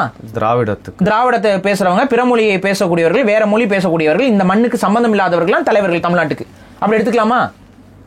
அப்படிதான் நீங்க எடுத்துக்கிட்டு இருக்கீங்க. அப்படிதான் நீங்க எடுத்துக்கிட்டு இருக்கீங்க. இல்லைன்னா உதயநிதி ஸ்டாலின் அவங்களெல்லாம் கூட்டிட்டு வந்து இந்த மாதிரி ஒரு கதையில எழுத முடியுமா? மாமன்னன்ட்டு எடுக்க முடியுமா? அந்த கட்சியில் இல்லாத தீண்டாமை ஒரு முக்கிய கட்சியோட தலைவருக்கு பிளாஸ்டிக் சேர் கொடுக்குறவங்க அவங்க காட்டாத தீண்டாமை. அவர் உட்கார்ந்தாருன்னா 2 சேர் தள்ளி உட்காருவாங்க.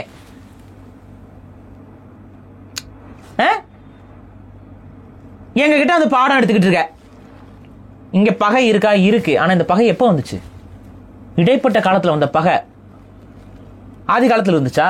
ஆனா பொய்யா ஆதி காலத்துல இருந்து இந்த பகை இருக்குன்னு உடான்ஸ் திரும்ப திரும்ப உடான்ஸ் இந்த உடான்ஸ் விட்டுக்கிட்டே இருப்பாங்க. ஆதி காலத்துல இருந்து இந்த பகை இருந்தா நம்ம இவ்வளவு பெரிய ஒரு சமூகம் தமிழ் வளர்ந்துருக்கவே முடியாது. முதல்ல ஒரு சமூகம் இன்னொரு சமூகத்தை அழிச்சிருக்கும்.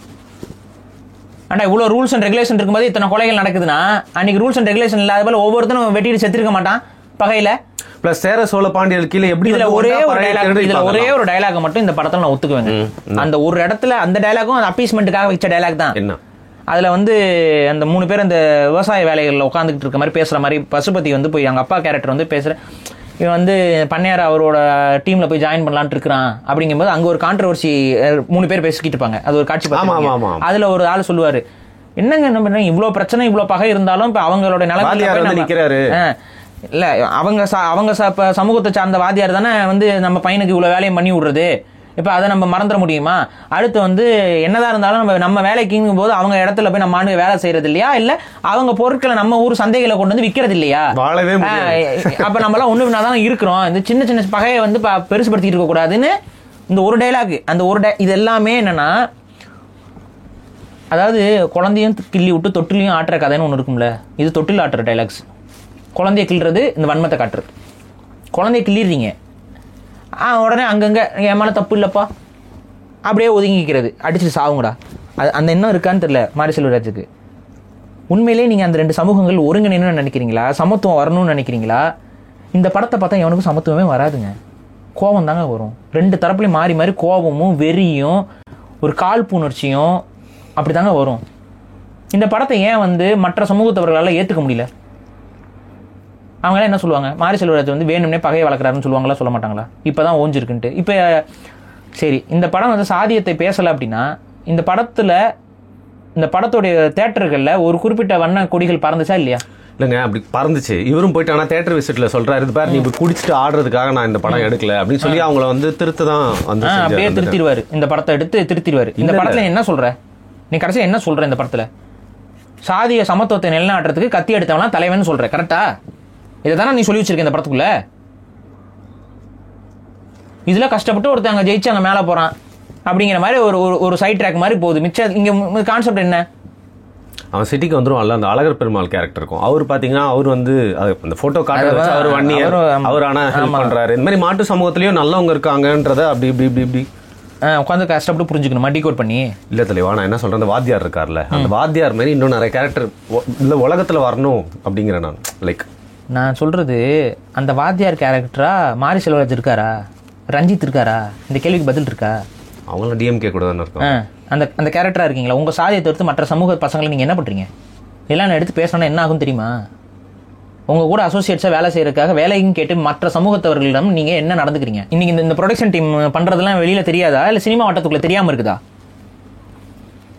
உங்க குறிப்பிட்ட சமூகத்தை சார்ந்தவர்கள் மட்டும் உங்க இதுக்குள்ள ஏன் வேணா இப்ப சொல்லலாம், இல்ல மித்த சமூகத்தை சேர்ந்த இவர் இருக்காரு அவர் இருக்காருன்னு.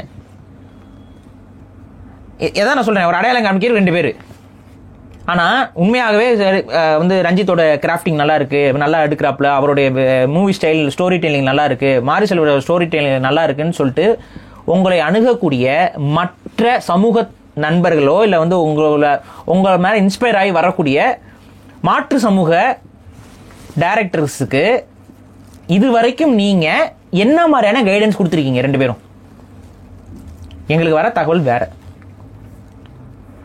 அவங்களெல்லாம் நீங்க ஒரு பொருட்டா கூட மதிக்கிறது இல்லை. அவங்கள வந்து சேர்த்துக்க கூடாதுன்னு உங்களுடைய அசோசியேட்ஸ் கிட்ட நீங்க சொல்றதாக கூட தகவல் வருது. இது என்ன மாதிரியான சமத்துவ பேணுதல்னு எனக்கு புரியல. இது சாதிய வெறி, இது பேர் தான் சாதிய வன்மம்.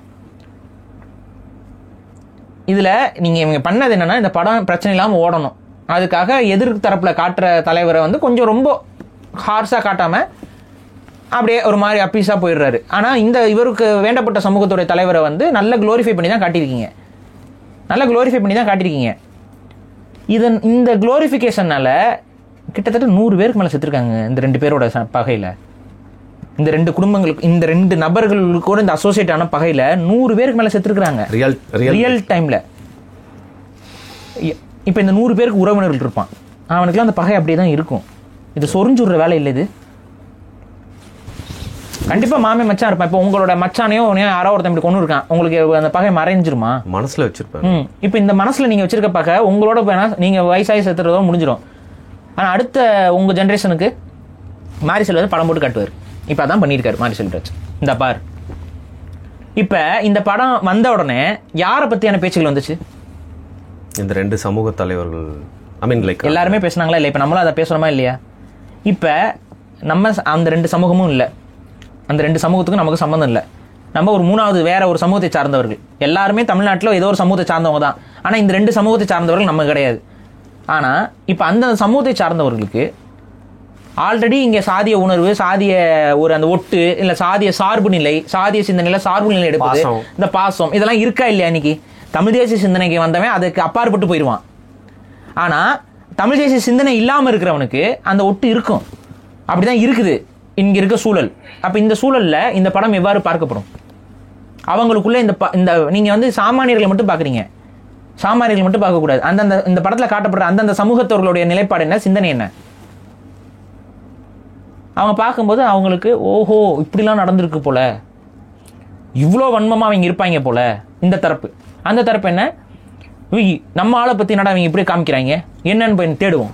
அதனாலதாங்க அந்த பேச்சு. அது ஏன் வியூஸ் அதிகமா போகுது? அவங்கள பத்தி பழைய வீடியோஸ் எல்லாம் சர்க்குலேட் ஆகுது, ரீசர்ஃபேஸ் ஆகுது. அவங்கள பத்தி உடனே இந்த பக்கம் 2 சேனல்ல இந்த ஆளை பத்தி புகழ்றது, அந்த ஆளை பத்தி 2 பக்கம் புகழ்றது. பட் பேசிக்கலி அவங்க 2 பேருமே யாரு? எகெயின்ஸ்ட் தி லா பண்ணவங்க தான். அரசாங்கத்துடைய கட்டமைப்புக்கு எதிரானவர்கள், கொலை செய்ய தயங்காதவர்கள்.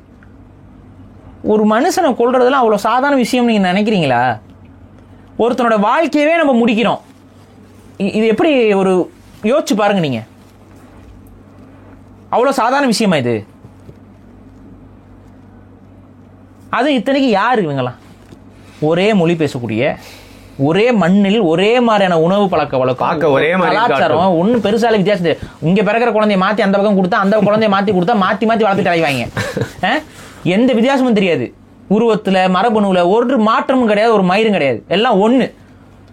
இவனுங்களுக்குள்ள வந்து செய்யக்கூடிய தொழில் மூலமாக, வரலாற்று காரணங்கள் மூலமாக சிறு சிறு அடையாள வேறுபாடுகள். அந்த அடையாள வேறுபாடுகள் உன்னுடைய வரலாறை தக்க வைக்கிறதுக்காக உன் முன்னோர் உருவாக்கி கொடுத்தது. எதுக்கு?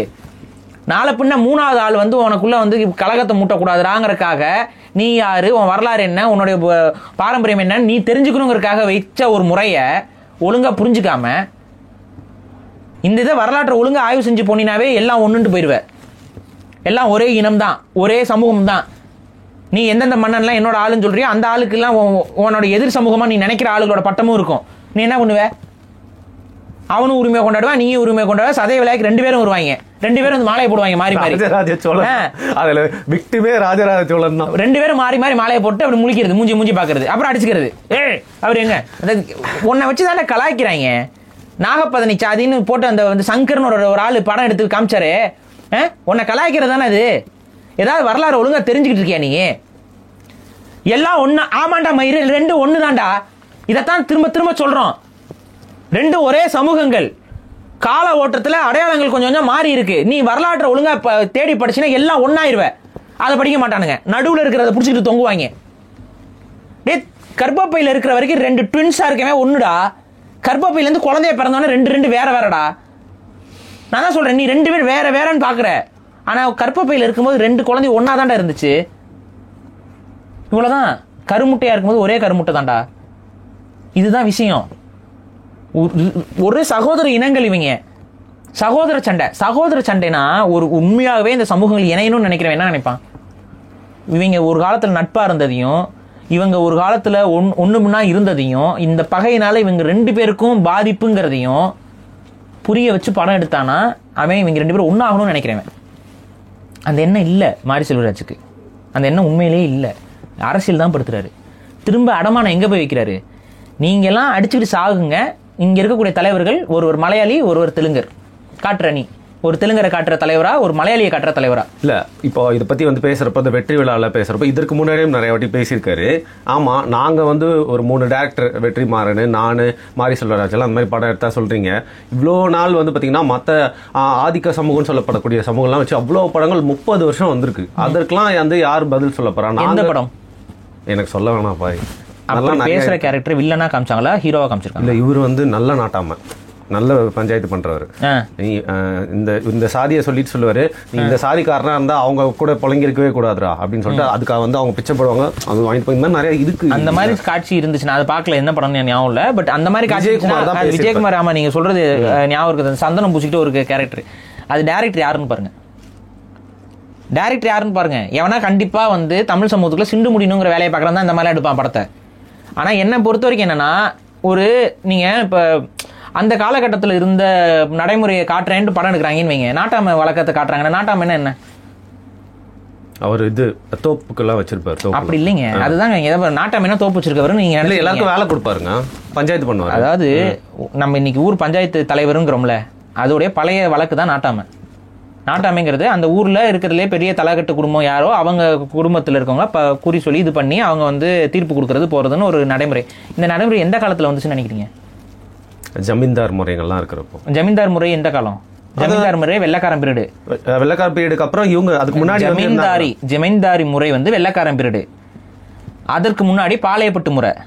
இது ரெண்டுமே தமிழர்களோட முறையே கிடையாது. விஜயநகர் கான்குவெஸ்ட் டைம்ல, விஜயநகர பிரச்சனைக்கு அப்புறம் விஜயநகர அரசு இங்க ஆட்சி செய்யும் போது அவன் என்ன பண்றான், வேணும்னே 2 சமூகங்களுக்குள்ள பிரச்சனையை உருவாக்கணுங்கிறதுக்காக தனக்கு எதிராக சண்டை போட்ட சமூகங்கள் எல்லாம் ஒரு பக்கம் வச்சு அவங்கள அடிச்சுட்டான், நிலங்களை புடுங்கிட்டான். அவனால சண்டை போட்டு ஜெயிக்க முடியாத சமூகங்கள் எல்லாம், உன் கூட நான் சண்டை போடல, என் கூட நீ அதிகாரத்தை பகிர்ந்துக்கோ, உனக்கு நான் சில பாளையங்களை கொடுக்குறேன், என்கிட்ட சண்டையை போட்டு விரட்டாத. இவன் இது பேர் பிரித்தாளும் சூழ்ச்சி. புரியுதா நான் சொல்றது? ஃபார் எக்ஸாம்பிள் ஒன்றும் இல்லைங்க, இப்போ ஒரு பெரிய படை, அந்த பெரிய படை வருது, இங்கே இருக்கிறவங்க எல்லாம் அடிக்கிறாங்க, அடித்து நிலங்களை கைப்பற்றி ஆட்சி அதை பிடிக்கிறாங்க. இப்போ இங்கே இருக்க மக்கள்லாம் வெகுண்டிருந்து சண்டை போடுறாங்க. ஒவ்வொரு சமூகங்களும் மாறி மாறி அவங்களுக்கு எதிராக சண்டை போடுது. இப்போ இந்த சண்டை போடும்போது தொடர்ச்சியாக சண்டை போடுற சமூகங்களில் ஒரு சில சமூகங்கள் என்ன பண்ணுறான், இங்கே பாரு எதுக்கு என் கூட சண்டை போட்டுட்டே இருக்க, நம்ம சமாதானமாக போகணும். எப்பவுமே ஒரு போர் நடந்துகிட்டே இருக்கும்போது சமாதான பேச்சுவார்த்தை நடக்கும். இது வந்து டிப்ளமேசிங்கிறது ஒரு இயங்கியல்.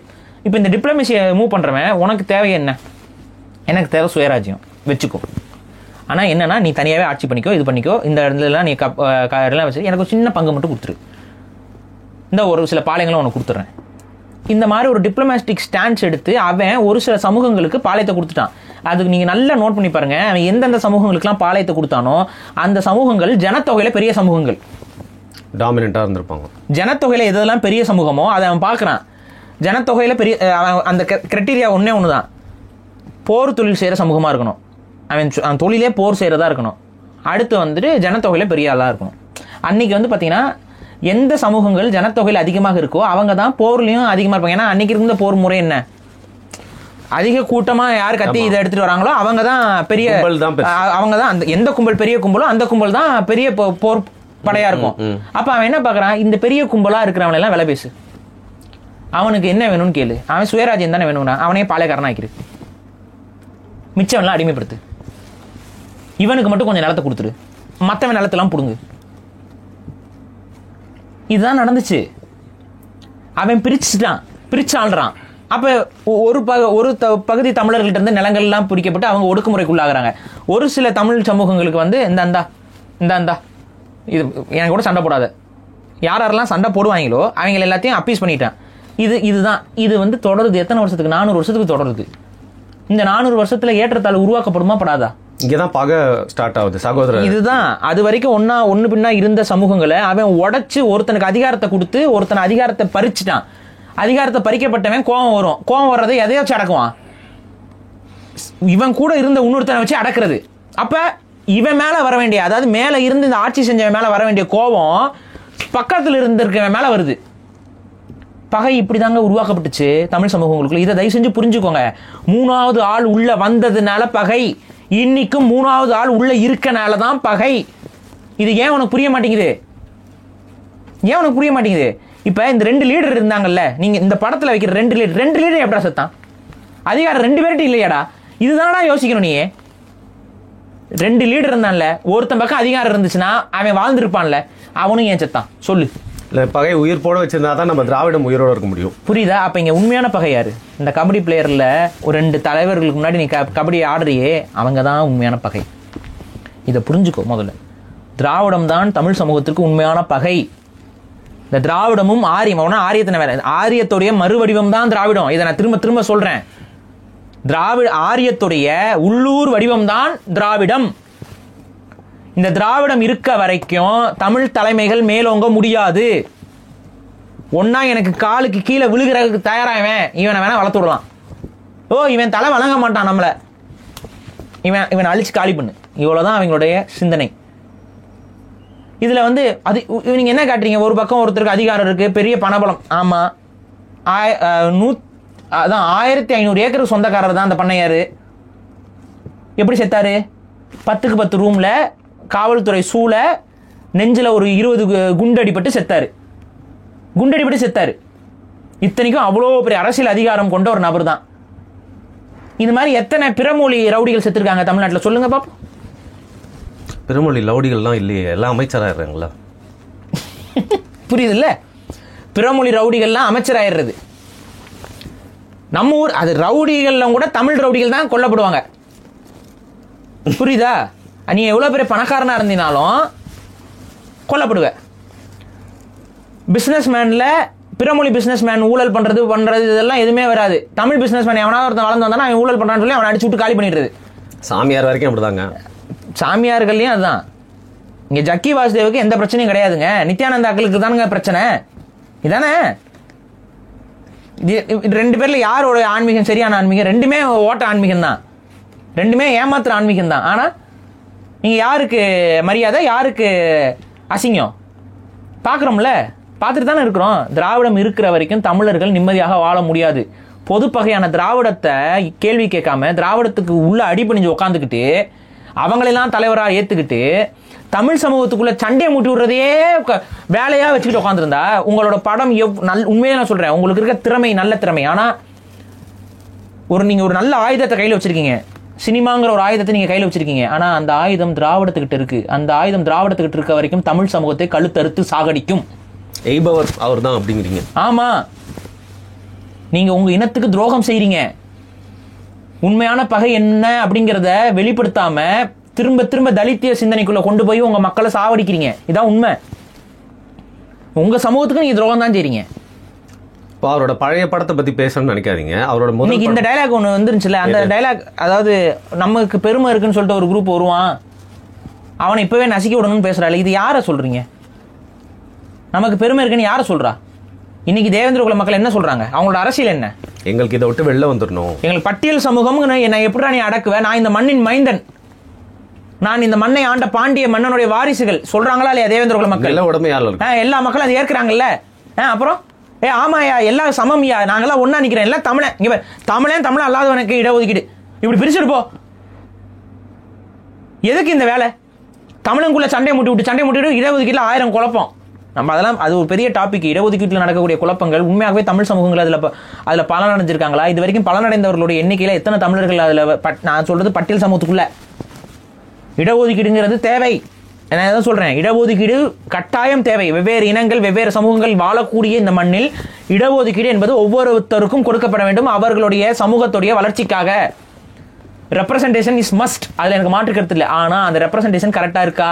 ரேஷியோ இன்னைக்கு வரைக்கும் குடிவாரி கணக்கெடுப்பு வேணும்னு சொல்லி தமிழ் தேசியம் பேசுது, திராவிடம் பேசுதா? தேவேந்திர குல மக்களுடைய கோரிக்கை என்ன? குடிவாரி கணக்கெடுப்பு வேணும்னு பல வருஷமா கேட்டுட்டு இருக்காங்க. திராவிடம் அதை பேசுச்சா? மாரி செல்வராஜ் பேசுறாரா? மாரி செல்வராஜ் யாருக்கு வேலை பார்க்குறீங்க? அந்த மக்களை தலித்திய பாதைக்குள்ள தள்ள பார்க்குறீங்க. இங்க எதுக்கு புத்தர் வராரு? புத்தருக்கும் தேவேந்திர குல வேளாளர்களுக்கு என்ன சம்பந்தம்? இன்னைக்கு இந்திரனை காமிச்சிங்கன்னா தேவேந்திர குலம் இந்திரனுடைய குலம்ங்கிறனால இந்திரனை காட்டுறீங்கன்னு சொல்லலாம். இல்ல லிங்க வழிபாடு, நீங்க தேவேந்திர குல வேளாளர்களுடைய சமாதிகள் போய் பார்த்தீங்கன்னா லிங்கத்தை வச்சுதான் சமாதி கட்டுவாங்க. அவங்க மரபது. அவங்க முக்கிய தலைவர்களாக இருக்கட்டும், இல்ல அவங்க மக்கள்ல கொஞ்சம் முக்கியமா கொஞ்சம் வசதிப்பட்டவங்க கல்லறை கட்டுற அளவுக்கு கொஞ்சம் வசதி இருக்கவங்க எல்லாம் பாருங்க, கல்லறைகள்ல லிங்கத்தை வச்சிருப்பாங்க. அப்ப அதோடைய பொருள் என்ன? அப்போ சிவன் அந்த மாதிரி காமிச்சிங்கனாலும் ஒரு நியாயம் இருக்குது. எதுக்கு புத்தர் வராதிங்க? புத்தருக்கும் இவங்களுக்கு என்ன சம்பந்தம்? தலித்தியம், தலித்திய அரசியல் வேற என்ன? சரி, தலித்திய அரசியலால் தமிழர்களுக்கு நடந்த நன்மை என்ன? தலித்திய அரசியலோட உச்சபட்ச அம்பேத்கர் சொன்ன விஷயங்கள் என்ன? அவர் மொழி வழியில் உணர்வு வேணும்னு சொன்னாரா? மொழிவாரி மாநிலங்களுக்கு எதிராக இருந்தவர் அம்பேத்கர். கடைசி வரைக்கும் மொழிவாரி மாநிலங்களுக்கு எதிராக இருந்தார். அம்பேத்கர் அவருடைய சுதந்திர இந்தியாவுடைய நிலைப்பாடு என்ன? இதெல்லாம் நான் சொல்லலை, சொன்னா கதறீங்க. நீங்களே சொல்லுங்க நிலைப்பாடு என்ன. அம்பேத்கர் கடைசி வரைக்கும் எந்த அரசுல பதவியில் இருந்தாரு? விடுதலையான இந்தியா கிட்ட திரும்ப காந்தி அவர்கிட்ட வந்து அம்பேத்கர் பேசி சமாதானமாகறாரு. அது வரைக்கும் காந்தியும் அம்பேத்கருடைய நிலைப்பாடு என்ன? காந்தியை சுட்டுக் கொண்ட கோட்சேவிடம் அம்பேத்கருடைய கோரிக்கை என்ன? இதுக்கெல்லாம் பதில் சொல்லுங்களேன். அம்பேத்கரிஸ்ட் தெரிஞ்சுக்கிறோம். சொல்லுங்க, நீங்களே பதில் சொல்லுங்க. கோட்சே கிட்ட போய் அம்பேத்கர் என்ன பேசினாருன்னு சொல்லுங்க. ஜெயில இருந்த கோட்சே கிட்ட போய் அம்பேத்கர் என்ன பேசினாருன்னு சொல்லி கோட்சேயோட உறவினர்கள் மூலமாக வெளியே வந்த புத்தகம் என்ன சொல்லுதுன்னு போய் பாருங்க. இல்ல, அது அந்த புத்தகத்தை படிச்சு அவங்களே தெரிஞ்சுக்கிட்டோம். போய் பாருங்க, நான் சொல்றேன். அப்புறம் திரும்ப திரும்ப திரும்ப திரும்ப அம்பேத்கர் அம்பேத்கர் அம்பேத்கர். நோக்கம் என்ன? இங்க பேசிக்கா என்னன்னா, தமிழ் தேசிய சிந்தனை எழாம, தமிழர்கள் எல்லாம் ஓர் இனம்ங்கிற அந்த ஓரின சிந்தனையை வராம, இவனுக்குள்ள 1000 பிரச்சனை இருக்கு, இவனுக்குள்ள 1000 பிரச்சனை இருக்குன்னு சொல்லி இந்த பிரச்சனைகளை காட்டி காட்டி காட்டி தமிழ் சமூகத்தை பிளவுபடுத்தக்கூடிய வேலையைத்தான் மாரி செல்வராஜ் செய்கிறார். இதை வெளிப்படையாக சொல்றேன். இன்னைக்கு அவரை வந்து ஒரு சமூகம் வந்து நமக்கான படங்கள் எடுக்கிறாருங்கிற நம்பிக்கையில தூக்கி சுமக்கிறாங்க. அடிச்சு சொல்றேன், அவர் உங்களுக்கான படம் எடுக்கல. தமிழ் தேசிய சிந்தனை உங்களுக்கு இருந்தால் அது புரியும். நிறைய பேருக்கு அது இல்லை, அதனால புரிய மாட்டேங்குது. அவருடைய நோக்கம் என்பது தமிழர்கள் ஒருங்கிணைய வேண்டும்ங்கிறது கிடையாது. மாறாக இவர்கள் எல்லாம் பிரிஞ்சு தலித்தியம்னு நிற்கணும், மற்ற சமூகங்கள்லாம் ஆதிக்க சாதிகள் நிற்கணும், இவங்களுக்குள்ள மோதல் இருக்கணும். இந்த மோதலை பயன்படுத்தி திராவிடம் இந்த மண்ணை ஆளணும். அதுக்கு கூடவே வந்து இந்த கலாச்சார சீரழிவு, இந்த விஷயங்கள், இந்த இதெல்லாம் பண்ணிடணும். அவன் கேட்குறேன், உண்மையாகவே உங்களுக்கு அக்கறை இருந்துச்சுன்னா இந்த மக்கள் மீது, ஊருக்குலாம் போயிட்டு படம் எடுக்கிறீங்களா? இல்லை படம் ரிலீஸ் ஆகும்போது அவங்க ஊருக்கு போவீங்களா? எனக்கு தெரியல. உண்மையாகவே ப்ரொமோஷனுக்காக அந்த ஊருக்கு போகிறீங்களா, இல்லை உண்மையாகவே அடிக்கடி நான் ஊருக்குலாம் போகிறது வரதெல்லாம் வழக்கம் தாங்கங்கிறீங்களா? தெரியல எனக்கு. ஆனால் நீங்கள் எப்போ ஊருக்கு போகிறதாலும் உங்கள் படம் வரதுனால தான் உங்கள் ஊருக்கு போயிடுறீங்க. ஊருக்கு போயிட்டு உங்கள் உறவுக்காரங்களெல்லாம் காமிச்சிக்கிட்டு இது பண்ணிட்டு ஒரு ஒரு தேவையான ஒரு டான்ஸை போடுவீங்க, ஏதாவது ஒன்று பண்ணி ப்ரமோஷன் வேலையை பண்ணுறீங்க. இப்போ ஒரே ஒரு கேள்வியை கேட்குறேன். இப்போ எங்கள் ஊருக்குலாம் நாங்கள் வரோம், எத்தனை பேர் நம்ம குடிச்சிட்ருக்கான்? ஊரில் நீங்கள் கிராமங்களில் நீங்கள் தயவு செஞ்சு போய் பாருங்கள், நாசமாயிருச்சுங்க.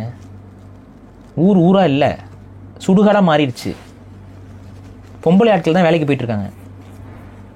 எல்லா சமூகத்திலையும் இப்படி தான், எல்லா சமூகத்திலையும் இப்படி தான். நீங்கள் போய் பாருங்கள், ஊர்களில் பொம்பளை ஆட்கள் போய் உட்காந்துட்டு இருப்பாங்க. அவங்க வீட்டில் என்ன நடக்குதுன்னு போய் தயவு செஞ்சு கேளுங்க. பையனும் குடிப்பான், அப்பனும் குடிப்பான். இப்போ ஒரு கொடுமை என்ன இருக்குது, இந்த கொடுமையில் பொம்பளையிலும் குடிக்க ஆரம்பிச்சிட்டாங்க. தமிழ்நாட்டில் நடக்குது. இதை பார்க்கும்போது வேதனையாக இருக்குது, கொலவெறியாக இருக்குது எனக்குலாம். தமிழ் சமூகமே அழிவை நோக்கி போய்கிட்டு இருக்கு. அழியுது கண்ணு முன்னாடி, தடுக்க முடியல. இந்த மதுவை விற்கிறவன் யாருன்னு நினைக்கிறீங்க? படம் எடுத்தீங்களா பன்னிக்குட்டியை பிடிச்சிக்கிட்டு? இவங்க தான். சொல்லுங்க பார்ப்போம், மது கடையெல்லாம் மூட சொல்லி சொல்லுங்க பார்ப்போம். தமிழ் இனத்துடைய உயிர் முக்கியமா, உனக்கு பணம் முக்கியமானா எனக்கு பணம் தான் முக்கியம்னு சொல்லி மது கடையை தான் திறந்து வச்சு நடத்திக்கிட்டு இருப்பாங்க. மது கடையை திறந்து வச்சு தான் நடத்திக்கிட்டு இருப்பாங்க. சாகரவன்ல இந்த மது குடிச்சு சாகரவனும் குடும்ப நாசமா போறவன்ல தேவேந்திர குலத்தவர்கள் யாருமே இல்லையா? எல்லா சாதிக்காரனும் இருக்கான்யா, எல்லா தமிழனும் இருக்கான். நீ ஆதிக்க சாதின்னு யாரை சொல்றியா? அவனும் அங்க இருக்கான். யாரு வந்து எங்க நிலங்கள்லாம் பறிக்கப்பட்டுச்சுன்னு புலம்பிட்டு இருக்கியோ அவனும் அங்க இருக்கான். ரெண்டு பேருமே நாசமா போயிட்டு இருக்காங்க. எல்லாருமே காமனா பார்த்தா யார்கிட்ட காசு இல்லையோ விடுமுறையில் இருக்கான், அவன் இன்னும் அதிகமா குடிக்கிறான். அதுதான் குடிச்சு அவனுக்கு காசு இல்லைன்னா கள்ளச்சாராயமும் இருக்குது, அதையும் கொண்டு போய் குடிக்கிறான். செத்துக்கிட்டு இருக்கானுங்க. இனம் அழிஞ்சுக்கிட்டு இருக்கு. அழிக்கிறவங்க கூட போய் நின்றுக்கிட்டு தமிழ் சமூகத்துக்குள்ள பிளவு ஏற்படுத்திக்கிட்டே இருக்கீங்களே. உங்கள்கிட்ட என்னை எப்படி ரிக்வெஸ்ட் பண்றதுன்னு தெரியல. இனத்தவரா போயிட்டீங்க, திட்டவும் முடியல எனக்கு. இதே நீங்க வேற மாற்று சமூகமா இருந்தீங்கன்னு வைங்களேன், இந்த மாற்று சமூக ஆளுகள்லாம் நான் எப்படி ரிவ்யூ பண்ணுவேன்னு உங்களுக்கு தெரியும். மாற்று மொழி பேசுறோம். மாற்று சமூகம்னா மாற்று மொழி. என்னை பொறுத்த வரைக்கும் எனது சமூகம் தமிழ் சமூகம். சாதிய சமூகம் கிடையாது. தமிழ் சமூகம் எனது சமூகம். ஓகேவா? மாற்று மொழி பேசுபவன் அயலான். அந்த அயலான் உங்களோட இருக்கக்கூடிய படங்களை வந்து எந்த அளவுக்கு நான் கிளிப்பேன்னு உங்களுக்கு நல்லா தெரியும். அவனு நல்ல படமா எடுத்தா அதை நான் மதிப்பேன். அவங்க இந்த மாதிரி இந்த டியூடு இந்த மாதிரி மயிராட்டம் படத்தை எடுத்தானா அப்புறம் காரி துப்ப தான் வேணும். ஆனா நீங்க ரத்தவனா போயிட்டீங்க. தயவு செஞ்சு மாறுங்க. ரொம்ப தப்பு. இது ரொம்ப ரொம்ப தப்பு. நீங்கள் வந்து அந்த பகையை கொம்பு சீவு விட்றீங்க. நீங்கள் வந்து ஓப்பனாக காலமாடன்னு வைக்கிறதுக்கு பதிலாக கொம்பு சீவுபவன் வச்சிருக்கலாம். உண்மையாகவே அந்த காலமாடனுக்கு நீங்கள் கொம்பு சீவிட்டு தான் இருக்கீங்க. இல்லை, இவரோட முதல் படம் வரப்போ நம்ம 2 பேரும் உட்காந்து நல்ல படம். அதை பற்றி நான் கேட்குறேன், அதையும் சொல்லுங்களேன். இங்கே பேசியிருக்கேனேங்க, பரியேறும் பெருமாளை பற்றி நான் புகழ்ந்து பேசியிருக்கேனேங்க. நல்ல படமா அது? உங்க சிந்தனை வேற. நல்ல படமா அது? அது நல்ல படம். அதுல தவறு கிடையாது அந்த படத்துல. ஆனா ரஞ்சித் என்ன சொல்றாரு, இல்ல இவரும் சில இடத்துல சொல்லிருக்காரு, நாங்க அந்த மாதிரி காமிச்சா நீங்க ஏத்துட்டு பாராட்டி கண்ணீர் சிந்துறீங்க, என்ன அடிச்சிட்டான்னு சொல்லி திரும்பி அடிக்கிற மாதிரி காட்சிப்படுத்தினா உங்களுக்கு ஏன் பிடிக்கல அப்படின்னு கேக்குறாங்க. பிரச்சனை என்னன்னா, உங்களை அடிச்சிட்டான்னு சொல்றீங்கல்ல, அதுவே எங்களுக்கு பிடிக்கல. புரியுதா? நீங்களே என்ன நினைக்கிறீங்க தெரியுமா? உங்களை அடிக்கிறது எங்களுக்கு பிடிக்குது, நீங்க திருப்பி அடிக்கிறது எங்களுக்கு பிடிக்கலன்னு நினைக்கிறீங்க. உங்களை அடிச்சுட்டான்னு சொல்றேன்ல, அவன் யாரு? உங்களை அடிக்கிறவன் படிச்சவனா? பைத்தியக்காரன், மூடன், முட்டாள், பிறப்பின் அடிப்படையில் சாதியில உயர்வு வருதுன்னு நினைக்கிற அறிவு கட்ட முண்டம். அந்த முண்டம் உங்களை அடிக்குதுன்னா அவனை காரி துப்பணும், அவனை கைது பண்ணணும். அந்த முண்டம் அடிக்குதுன்னா அரசாங்க அதிகாரத்தை பயன்படுத்தி அவனை குற்றவாளி கூண்டில் ஏத்தணும். இதுக்கெல்லாம் மாற்றுக்கிறது நம்ம பேசுறோமா? ஆனா நீங்க என்ன பண்ண ட்ரை பண்றீங்க? திரும்ப அடிக்கிறத நியாயப்படுத்தணும். இப்ப நீ திரும்ப அடிக்கிறத நியாயம் பண்ணா உங்ககிட்ட இருந்து அடி வாங்கினவன் என்ன பண்ணுவான்? அவன் திரும்ப அடிக்கணும்னு அவன் படம் எடுப்பான். கரெக்டா? அதான் முட்டாள்தனமா எடுத்துக்கிட்டு இருக்கான்ல. சரி, இவன் சைட்ல கிராஃப்ட் ஆளு இல்ல, வந்துட்டானா? ஐயோ, இன்னொரு கொம்பும் சேவ். இப்ப நான் கேக்குறேங்க, ஒரு 20 வருஷத்துக்கு முன்னாடி உங்ககிட்ட பொருளாதாரம் இல்ல, ஒரு குறிப்பிட்ட சமூகங்கள்கிட்ட பொருளாதாரம் இருந்துச்சு, அவன் எடுத்த படம்லாம் அவனை குளோரிஃபை பண்ணிக்கிற மாதிரி இருக்குதுன்னு சொல்றீங்கல்ல, நீங்களே சொல்லிருக்கீங்க. நான் சின்ன வயசுல இருந்தப்ப இவர் சொன்னாரா, ரஞ்சித் சொன்னாரா? தேவர் மகன் படம். தேவர் மகன் பாடும்போது எனக்கு வந்து அந்த வடிவேல் கதாபாத்திரம், இன்ஃபேக்ட் அந்த படத்துல வடிவேல் கதாபாத்திரம் வந்து தெக்கத்தி கல்லனடா அப்படின்னு சொல்லிட்டு அவர் கல்லர் சமூகம் மாதிரி தான் காமிச்சிருப்பாங்க. அவங்க கூட்டாளி மாதிரி தான் காமிச்சிருப்பாங்களே ஒழிய வேற ஒரு சமூகம் மாதிரி காமிச்சிருக்க மாட்டாங்க. ஆனா இவர் வந்து அதுல ட்விஸ்ட் போட்டு விட்டு அதுல வேற மாதிரி ஒரு நரேஷனை செட் பண்ணி, வடிவேல் இந்த இடத்துல நடிக்கிறாருனால ஒரு வேலையை பண்ணி விட்டாரு. தெரிஞ்சுதான் பண்ணீங்க, சின்ன முடிஞ்சீங்க. அப்ப அவங்க படம்லாம் அப்படி ஆக்சுவலா அந்த படமும் வந்து சாதியவாதத்துக்கு எதிராக தான் இருக்கும். நீங்க வந்து அந்த சமூகத்துக்குள்ளே அடிச்சுக்கிட்டு வன்முறை கலாச்சாரத்துக்கு எதிராக இருக்கும் அந்த படம்.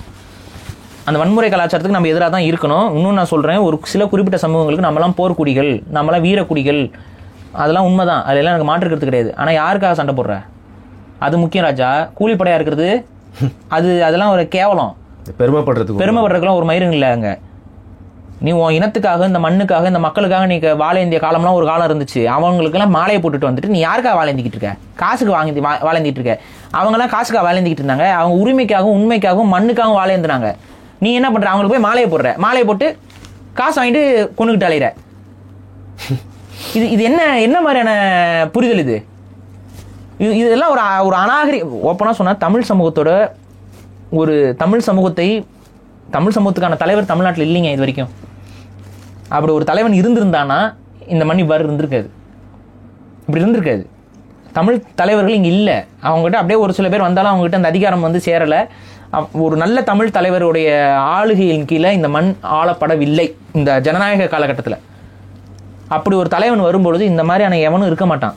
இந்த வீரத்துக்கு நான் கத்தி எடுக்கிறேன், இதை பண்ணுறேன்னு சொல்லிட்டு இந்த காசு வாங்கிட்டு போய் கொலை பண்ணுறது, கட்ட பஞ்சாயத்துக்கு போய் கொலை பண்ணுறது, ஒரு 5 லட்சத்துக்கு ஒரு கொலையை பண்ணுறது, இந்த வேலையெல்லாம் பண்ணிட்டு இருக்கவனெல்லாம் வந்து அவ்வளோதான், முடிஞ்சிடும் லைஃபு, அவ்வளோதான். நீங்கள் என்ன, நீங்கள் திராவிடம் என்ன பண்ணுது? அவங்கள கைது பண்ணும், அவங்கள ஜெயிலில் வச்சு பிரியாணி பொட்டணம் கொடுக்கும்.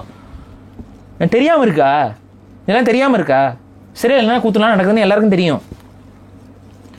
இந்த ரவுடிகளை வந்து அப்படியே பாதுகாப்பு வச்சு அவனுக்கு அப்புறம் அப்படியே பாதுகாப்பு, அவனுக்கு அப்புறம் நாளைக்கு அவன் ஒரு எம்எல்ஏ சீட் வாங்குவான், அவனுக்கு வந்து அவனுக்கு கட்சியில் பொறுப்பு கொடுத்து நிற்க வச்சு கொலை பண்ணவன்லாம் அயோக்கியத்தனம் பண்ணவன், ரவுடித்தனம் பண்ணவன், இவங்க எல்லாம் வந்து இன்னைக்கு அதிகாரத்தில் உட்காந்துட்டு இருக்கு. யார் இந்த அதிகாரத்தை கொடுத்தது அவங்களுக்கு? தமிழ் தேசிய அமைப்புகளா? அதிகாரத்துக்கே வரல, திராவிட அமைப்புகள் தானே. இதை கேள்வி கேட்க வேண்டியதானே? அந்த இடத்துல அப்படியே கமுக்கமா ஒட்டுமொத்த சமூகத்தையும் மது போதையிலையும் ஆபாசத்திலையும் அசிங்கத்திலையும் வச்சு வன்மமா அழிச்சுக்கிட்டு இருக்கானுங்க. அவங்கள கேள்வி கேட்கறதுக்கு முடியலன்னா பொத்திக்கிட்டுனாச்சும் ஓரமா போங்க. சகோதர சண்டையை வளர்த்து விடாதீங்க. இந்த படத்தின் மூலமா படம் அருமையான படம், சுவாரஸ்யமான படம், ஆனா அதோட நோக்கம் ரொம்ப தவறானது. மானத்தி கணேசன் எப்படி ஜெயிச்சாருன்னு நீங்க மானத்தி கணேசனை பத்தி இந்த படத்துல பேசுறதுக்கு ஏதாவது இருக்கா? இப்ப சொல்லுங்க. நீங்க ஒரு தமிழனோட வெற்றியா நீ மாத்தி விட்டுருக்கியா? இப்ப மானத்தி கணேசனை ஒரு தமிழனா நீங்க காட்டியிருக்கியா? மாறன் என்னவா காட்டியிருக்க சொல்லு. இந்த படத்தை பார்த்த எவனுக்காவது, இப்ப நானே கேட்குறேங்க, அந்த ஒரு இவர் நடிச்ச படம் வந்துச்சு, நம்ம சிவகார்த்திகேயன் நடிச்ச ஒரு படம் வந்துச்சுல, அவர் தமிழாளு ஒரு மிலிட்ரியில் போயிட்டு அவர் அமரன். அதை பார்க்கும் பொழுது ஒரு தமிழாளுடைய சாதனை அப்படிங்கிற மாதிரி அவங்க அதை போர்ட்ரே பண்ணி கொண்டு வந்தாங்க. வேற எதையுமே அதுலேயும் ஒரு சில குறைகள்லாம் இருக்கு. பட் ஓவராலாக பார்த்த ஆடியன்ஸுக்கு என்ன தோணும், பேசியிருக்கோம் ஓவராலாக பார்த்த ஆடியன்ஸ்க்கு என்ன தெரியும், ஒரு தமிழாளு அவருக்கு வந்து அவர் வந்து இந்தியாவோட இதுக்காக போராடி அப்படின்னு சொல்லி வீரத்தை போயிருக்காரு. அவர் அந்த படமும் ஓடிச்சு, நல்லா தான் ஓடிச்சு. அதை பார்க்குறவங்க யாருக்குமே அந்த நபரை ஐசோலேட் பண்ணி வைக்கிற ஒரு சிந்தனையே வரல. மாறா அவருக்கு ஒரு ஐடென்டிட்டி கொடுத்து பார்க்கணுன்ட்டு இல்லை, மாறா நம்ம ஆளு அப்படிங்கிற ஒரு உணர்வு மட்டும்தான் வந்துச்சு. இந்த படத்தை பார்த்தவங்களுக்கு அந்த உணர்வு வந்துச்சா? உண்மையிலேயே சொல்லுங்கள், ஒரு தமிழனோட வெற்றியாக அது பார்க்கப்பட்டுச்சா? இல்லையே, ஒரு குறிப்பிட்ட சமூகத்திற்கான வெற்றி மாதிரி தான் பார்க்கப்படுது. ஏன்? அவன் தமிழன் இல்லையா? அவன் தமிழன் தானே. இதுதான் தலித்தியம், இதுதான் இங்கே பிரச்சனை. அனிதா தமிழ் பெண் அப்படின்னு சொல்லி நம்ம எல்லாம் ஒன்றா சேர்ந்து ஒரு தமிழ் பெண் வந்து இப்படி வந்து இறந்துட்டாங்களே படிக்க முடியாம அப்படின்னு சொல்லி ஒரு தமிழ் பெண்ணுக்கு நடந்த அநீதி அப்படின்னு நம்ம பேசும்பொழுது, அனிதாவை தமிழ் பெண்ணு சொல்லாதீங்க ரஞ்சித், புரியுதா? ஏன் அனிதா தமிழ் பெண் இல்லையா? இதுதான் தலித்தியம். ஏன் அனிதா தமிழ் பெண் தானே, ஏன் அனிதாவை தமிழ் பெண்ணை பார்க்க கூடாது? நாங்க இன்னைக்கு வரைக்கும் நீங்க நம்பின திராவிடத்தை என்ன பண்ணுச்சு? அந்த திராவிடம் சொல்லுச்சு என்ன சொல்லுச்சு? மேஜிக். எங்க கிட்ட ரகசியம் இருக்கு. அந்த ரகசியத்தை எங்க வச்சிருக்காங்களா? எரிச்சல் வருதா இல்லையா? ரகசியம் எங்க? எங்களுக்கு தெரியும் அந்த ரகசியம். என்ன ரகசியம்? அந்த வீடியோ எல்லாம் பார்த்து கண் கலங்கினே நான். ஆமா, இதான் ரகசியம். இதான் சொல்றோம். ஒட்டுமொத்த தமிழ்நாடும் ஒரு பவர் நின்று நீட் நடத்தக்கூடாதியா, அப்படி மீறி நீ நீட் நடத்தினா என்னுடைய காலேஜில் ஃபீஸை கட்டி படி. சொல்றதுக்கு எத்தனை நிமிஷம் ஆகும்? சொல்றதுக்கு எத்தனை நிமிஷம் ஆகும்? தமிழக அரசு, தமிழ்நாடு கவர்மெண்ட் ஸ்கூல் காலேஜில் இனிமேல் இலவசமாலாம் கிடையாதுப்பா. நீட்டில் எங்கள் ஆளுவே வரல, எவனோ வேணும் அந்த உட்காந்து இலவசமாக படிச்சுட்டு போகிறதுக்கு நான் ஏன் அனுமதிக்கணும்? ஃபீஸை கட்டி படினா முடிஞ்சு போச்சா? எவனும் இங்கே வரவே மாட்டான். அந்த ஃபீஸை எங்கள் மாணவர்களுக்கான ஃபீஸை நாங்கள் கட்டுறோம். தமிழ் ஆளுகளை மட்டும் போட்டு வா, கொண்டு வா. செய்ய முடியும். ஒரு தன்மான மிக்க தமிழன் இருந்தானா அவன் அதை தான் செஞ்சிருப்பான். இதனால தான் தமிழ் தேசிய திட்டம் அதிகாரம் வேணும்னு சொல்கிறோம். அன்னைக்கு அனிதாக்காக எல்லா ஒட்டுமொத்த தமிழர்கள் வந்து நிற்கும் போது ரஞ்சித் வந்து என்ன சொல்கிறாப்புல, அனிதாவை தமிழ் பொண்ணா பார்க்காதீங்க, தலித் பொண்ணா பாருங்கிறார். என்ன மாதிரியான நோக்கம் இது? இதே தான் இங்கே நடக்குது. மானத்தி கணேஷ் அவர்களை தமிழ் வீரன், அர்ஜுனா அவார்டு வென்ற ஒரு தமிழ் வீரனாக இந்த படத்தில் காமிச்சிருந்தா ஒட்டுமொத்த தமிழர்களுக்கும் பெருமிதமாக இருந்திருக்கும். ஆனால் நீங்கள் என்ன பண்ணிட்டீங்கன்னா, மறைமுகமாக அவருக்கு ஒரு சாதி அடையாளத்தை கொடுத்து அவர் சாதியத்திற்கான வெற்றி போல் நீங்கள் காமிச்சிட்டீங்க. இந்த படம் அப்படி தான் இருக்குது. இந்த படத்தில் மானத்தி கணேசனை பற்றி யாருமே பேசலை, கவனிச்சிங்களா? இதுதான் நீங்கள் அவருக்கு செஞ்ச அநியாயம். அவ்வளோ பிரச்சனைகள்லையும் அவ்வளோ கலவரங்கள்லையும் ஒரு மனுஷன் தன் உழைப்பை நம்பி தன்னுடைய திறமையை நம்பி தொடர்ச்சியாக முன்னேறி போய் தமிழ்நாட்டை ரெப்ரசன்ட் பண்ணி தமிழ்நாட்டு டீமில் லீடராக இருந்து அதுக்கப்புறம் வந்து இந்திய டீமுக்கு போய் அங்கேயும் லீடராகி அவருடைய தலைமையில் அங்கே வந்து ஒரு பெரிய வெற்றியை வாங்கியிருக்காரு. அது அவ்வளோதான். அதுதான் இந்த படத்துடைய மூலக்கதை.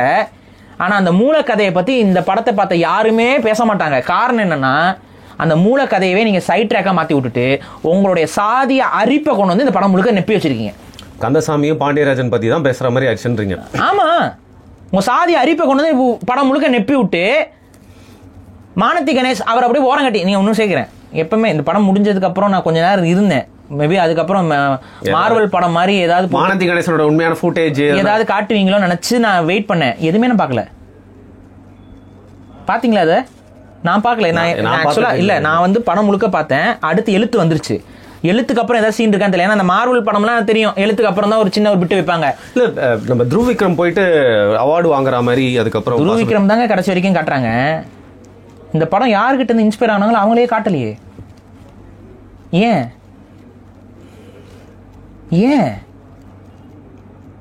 எனக்கு அதுவே புரியல.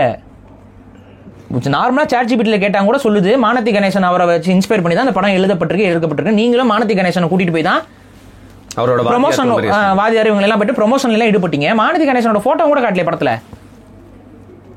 ஏன் எனக்கு அதுவும் புரியல. மானத்தி கணேசனோட போட்டோ ஏங்க வரல? ஏன் உங்களுக்கு தமிழன் யாருமே ஜெயிச்சா காட்ட மாட்டீங்களா?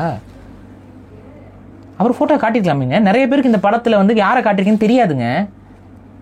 கடைசியாக வந்து இது உண்மையாக ஒவ்வொரு படத்துலையும் நானும் பார்த்துருக்கேன், ஹிந்தி படத்தை பார்த்துருக்கேன், வெளிநாட்டு படங்கள் பார்த்துருக்கேன். உண்மையான கதையை தழுவி எடுக்கப்பட்ட ஒரு படமாக இருக்கும் பட்சத்தில் அவங்களுடைய ஃபோட்டோவை போட்டு ஒரு கிரெடிட் கொடுப்பாங்க. இவருடைய வாழ்க்கை வரலாறு இல்லை இவரோட வாழ்க்கையில் நடந்த சில சம்பவங்களை வச்சு இது என்ன எடுக்கப்பட்டது, thanks to credits goes to, இல்லைன்னா அந்த கடைசி சீனில் வந்து அவங்களுடைய அந்த ரியாலிட்டி ஒரு ஃபோட்டோஸ் வீடியோஸ்லாம் காமிச்சு முடிப்பாங்க. ஒரு பேய் படம் காஞ்சரிங்னு ஒரு படம், அந்த காஞ்சரிங் படத்துல கூட அந்த அந்த அந்த தம்பதிகள் வந்து உண்மையா இருந்த தம்பதிகளோட ஃபுட்டேஜை போட்டு அவன் முடிக்கிறான். எக்ஸாக்டா அவங்க வாழ்க்கையில் நடந்ததெல்லாம் இல்லை, அவங்க வாழ்க்கையில் இன்னும் நிறைய அவங்க ஹோக்ஸ், அவங்க ஏமாத்துக்காரங்க, இப்பெல்லாம் நிறைய விஷயங்கள்லாம் இருந்துச்சு. ஆனா அவங்கள வச்சு அந்த படம் எடுக்கப்பட்டிருக்கு அப்படிங்கறனால அவங்கள காட்டுறாங்க. மானதி கணேசனை ஏன் காட்டல? ஒரு தமிழன் வந்து ஜெயிச்சு வந்ததை காட்டியிருக்கலாம்ல, நியூஸ் பிட்னாச்சும் காட்டியிருக்கலாம்ல. நியூஸ் பிட்டும் கூட ஃபேக்கா ரெடி பண்ணி போடுறீங்க, துருவிக்ரம் போட்டோ போட்டு. எனக்கு உண்மையிலேயே இது வந்து சந்தேகமா இருக்கு. இது தெரியல எனக்கு உண்மையிலேயே. நீங்க வந்து என்ன நோக்கத்துக்கு இந்த படத்தை எடுக்கிறீங்கன்னே புரியல. அவ்வளோ கஷ்டப்பட்டு ஒருத்தன் ஜெயிச்சுட்டு வந்திருக்கான் அப்படின்னா அவருக்கான அந்த அங்கீகாரத்தை கொடுக்கறதுக்கும் கூட உங்களுக்குலாம் மனசு இறங்கி வரல. இத்தனைக்கும் சொந்த சமூகத்தை சார்ந்தவர். ஆனால் மற்ற சமூகங்கள் மீது கரையை தூக்கி போட்டு சேட்டுறது வாங்கி அடிக்க 2 சண்டை போட்டுக்கிற காட்சிகளை நெப்பி வச்சு தேவையில்லாத மக்கள் மறக்க வேண்டிய சில கதாபாத்திரங்களை தோண்டி எடுத்து கொண்டு வந்து நிப்பாட்டி தமிழ் சமூகத்துக்குள்ள பிளவை ஏற்படுத்துகிற வேலையை பார்த்துக்கிட்டு, சரி தமிழ் சமூகத்தில் ஒருத்தர் வந்திருக்காப்புல அர்ஜுனா அவார்ட்லாம் வாங்கியிருக்காருன்னா அவர் ஃபோட்டோவும் கூட காட்ட துப்பு கட்டு போய் இருந்து படத்தை எடுத்திருக்கீங்கன்னா உங்கள் நோக்கம்தான் என்ன? உங்கள் நோக்கம்தான் என்ன? தயவு செஞ்சு எனக்கு ஆதங்கத்தெல்லாம் கொட்டிட்டேன். இது வந்து யாரையும் இப்போ நான் சொல்கிறேன், இந்த படமாக ரொம்ப நல்ல படம். ஒரு என்டர்டைன்மெண்ட்டாக மட்டும் பார்த்தீங்கன்னா எந்த ஒரு விஷயமும் தெரியாது, தமிழ் தேசியம் தெரியாது, அரசியல் தெரியாது, மக்கள் மீது எந்த அக்கறையும் எனக்கு கிடையாது. நான் ஒரு பாப்கார்ன் வாங்குவேன், ஒரு ஐஸ்கிரீம் வாங்குவேன், போயிட்டு ஒரு என்டர்டைன்மெண்ட்டை பார்க்குறேன். எனக்கு இந்த சமூகத்துக்கு அக்கறை, அது இந்த எத்தனை பேர் செத்தா எனக்கு என்ன, உண்மையாக எத்தனை பேர் செத்தா எனக்கு என்ன, இந்த சமூகங்களுக்கு அதுக்கப்புறம் என்ன நடந்தால் எனக்கு என்ன, இதெல்லாம் எந்த கவலையும் இல்லை. பாப்கார்னை வாங்கி வாயில் போட்டுக்கிட்டு நான் ஒரு படத்தை பார்ப்பேன். இட்ஸ் ஸ்போர்ட்ஸ் மூவியா அப்படின்னு போய் பார்த்தீங்கன்னா இந்த படம் ரொம்ப சூப்பராக இருக்கும். ஆனால் உண்மை என்ன, இந்த படத்தில் காட்டப்படுற காட்சிகள் என்ன, இந்த படத்துடைய காட்சியை பார்த்ததுக்கு அப்புறம் இந்த சமூகம் எவ்வாறு அதை ஏற்றுக்கொள்ளும், எவ்வாறு அதை உள்வாங்கிக் கொள்ளும், அவங்களுடைய புரிதல் அளவுக்கு இது எப்படி போய் சேரும், இந்த படத்திலுடைய காட்சிகள் என்ன மாதிரியான வக்கரத்தையும் வன்மத்தையும் மக்கள் மத்தியில் விதைக்கும்ங்கிறதெல்லாம் வச்சு யோசிச்சு பார்த்தா எனக்கு நடுக்கமாக இருக்கு. தமிழ் சமூகத்துடைய பிளவுக்கு இந்த படம் ஒரு பெரிய உந்து சக்தியாக இருக்கும். இது பிளவை ஏற்படுத்தக்கூடிய படமாகத்தான் இருக்கிறது. இது ரொம்ப தப்பான படம், இவ்வளவுதான் என்னால் சொல்ல முடியும். பரியன் மேல அந்த சிறுநீர் கழிக்கிறப்போ அது என் மேல படுற மாதிரி தான் கஷ்டமா இருந்துச்சு. இந்த சார்பாட்ட படம் கபிலன் ஜெயிக்கிறப்போ என்னோட வெற்றி மாதிரி. இப்போ நீங்க பரியரும் பெருமாள் படத்தையும் இதையும் நீங்க கம்பேர் பண்ணவே முடியாது. ஏன்னா அது நல்ல படம், அது ஒரு நல்ல படைப்பு. அப்ப வந்து மாரி செல்வராஜுக்கு வன்மம் கிடையாது. இன்னைக்கு வன்மத்தை உள்வாங்கி உட்காந்துருக்காரு, வன்மத்தை நண்பராக்கி வச்சிருக்காரு, வன்மம் தான் ப்ரொடியூஸ் பண்ணியிருக்கு. ஸோ ஒன்றும் பண்ண முடியாது. ப்ரொடக்ஷன் டீம் வன்மம் முடிச்ச டீம். நீலம்னு பேர் வைக்கிறப்பல வன்மம்னு பேர் வச்சுக்கோங்க, கரெக்டாக இருக்கும். அப்படிதாங்க இருக்கு, அப்படிதான் இருக்கு. முடிஞ்ச வரைக்கும் நம்ம கிட்ட இந்த ஒரு திரை இதில் ஒரு வட்டம் வந்துருச்சு, இப்போ பொருளாதாரம் வந்துருச்சு. இதை பயன்படுத்தி எவ்வளோ வன்மத்தை விதைக்கணுமோ அவ்வளோ விதைப்போம்ட்டு வேலையை பார்த்துட்டு இருக்கிறாங்க அவங்க. தப்பு. ஆனால் ஒரு நாள் இல்லை ஒரு நாள் தமிழ் தேசிய சிந்தனை கொண்ட படைப்புகள் வரும். இப்போதைக்கு வரல. அது வரும் பொழுது இது எவ்வளோ தவறான படைப்பு அப்படிங்கிறத வந்து மக்கள் உணர்வாங்க. நன்றி. நன்றி.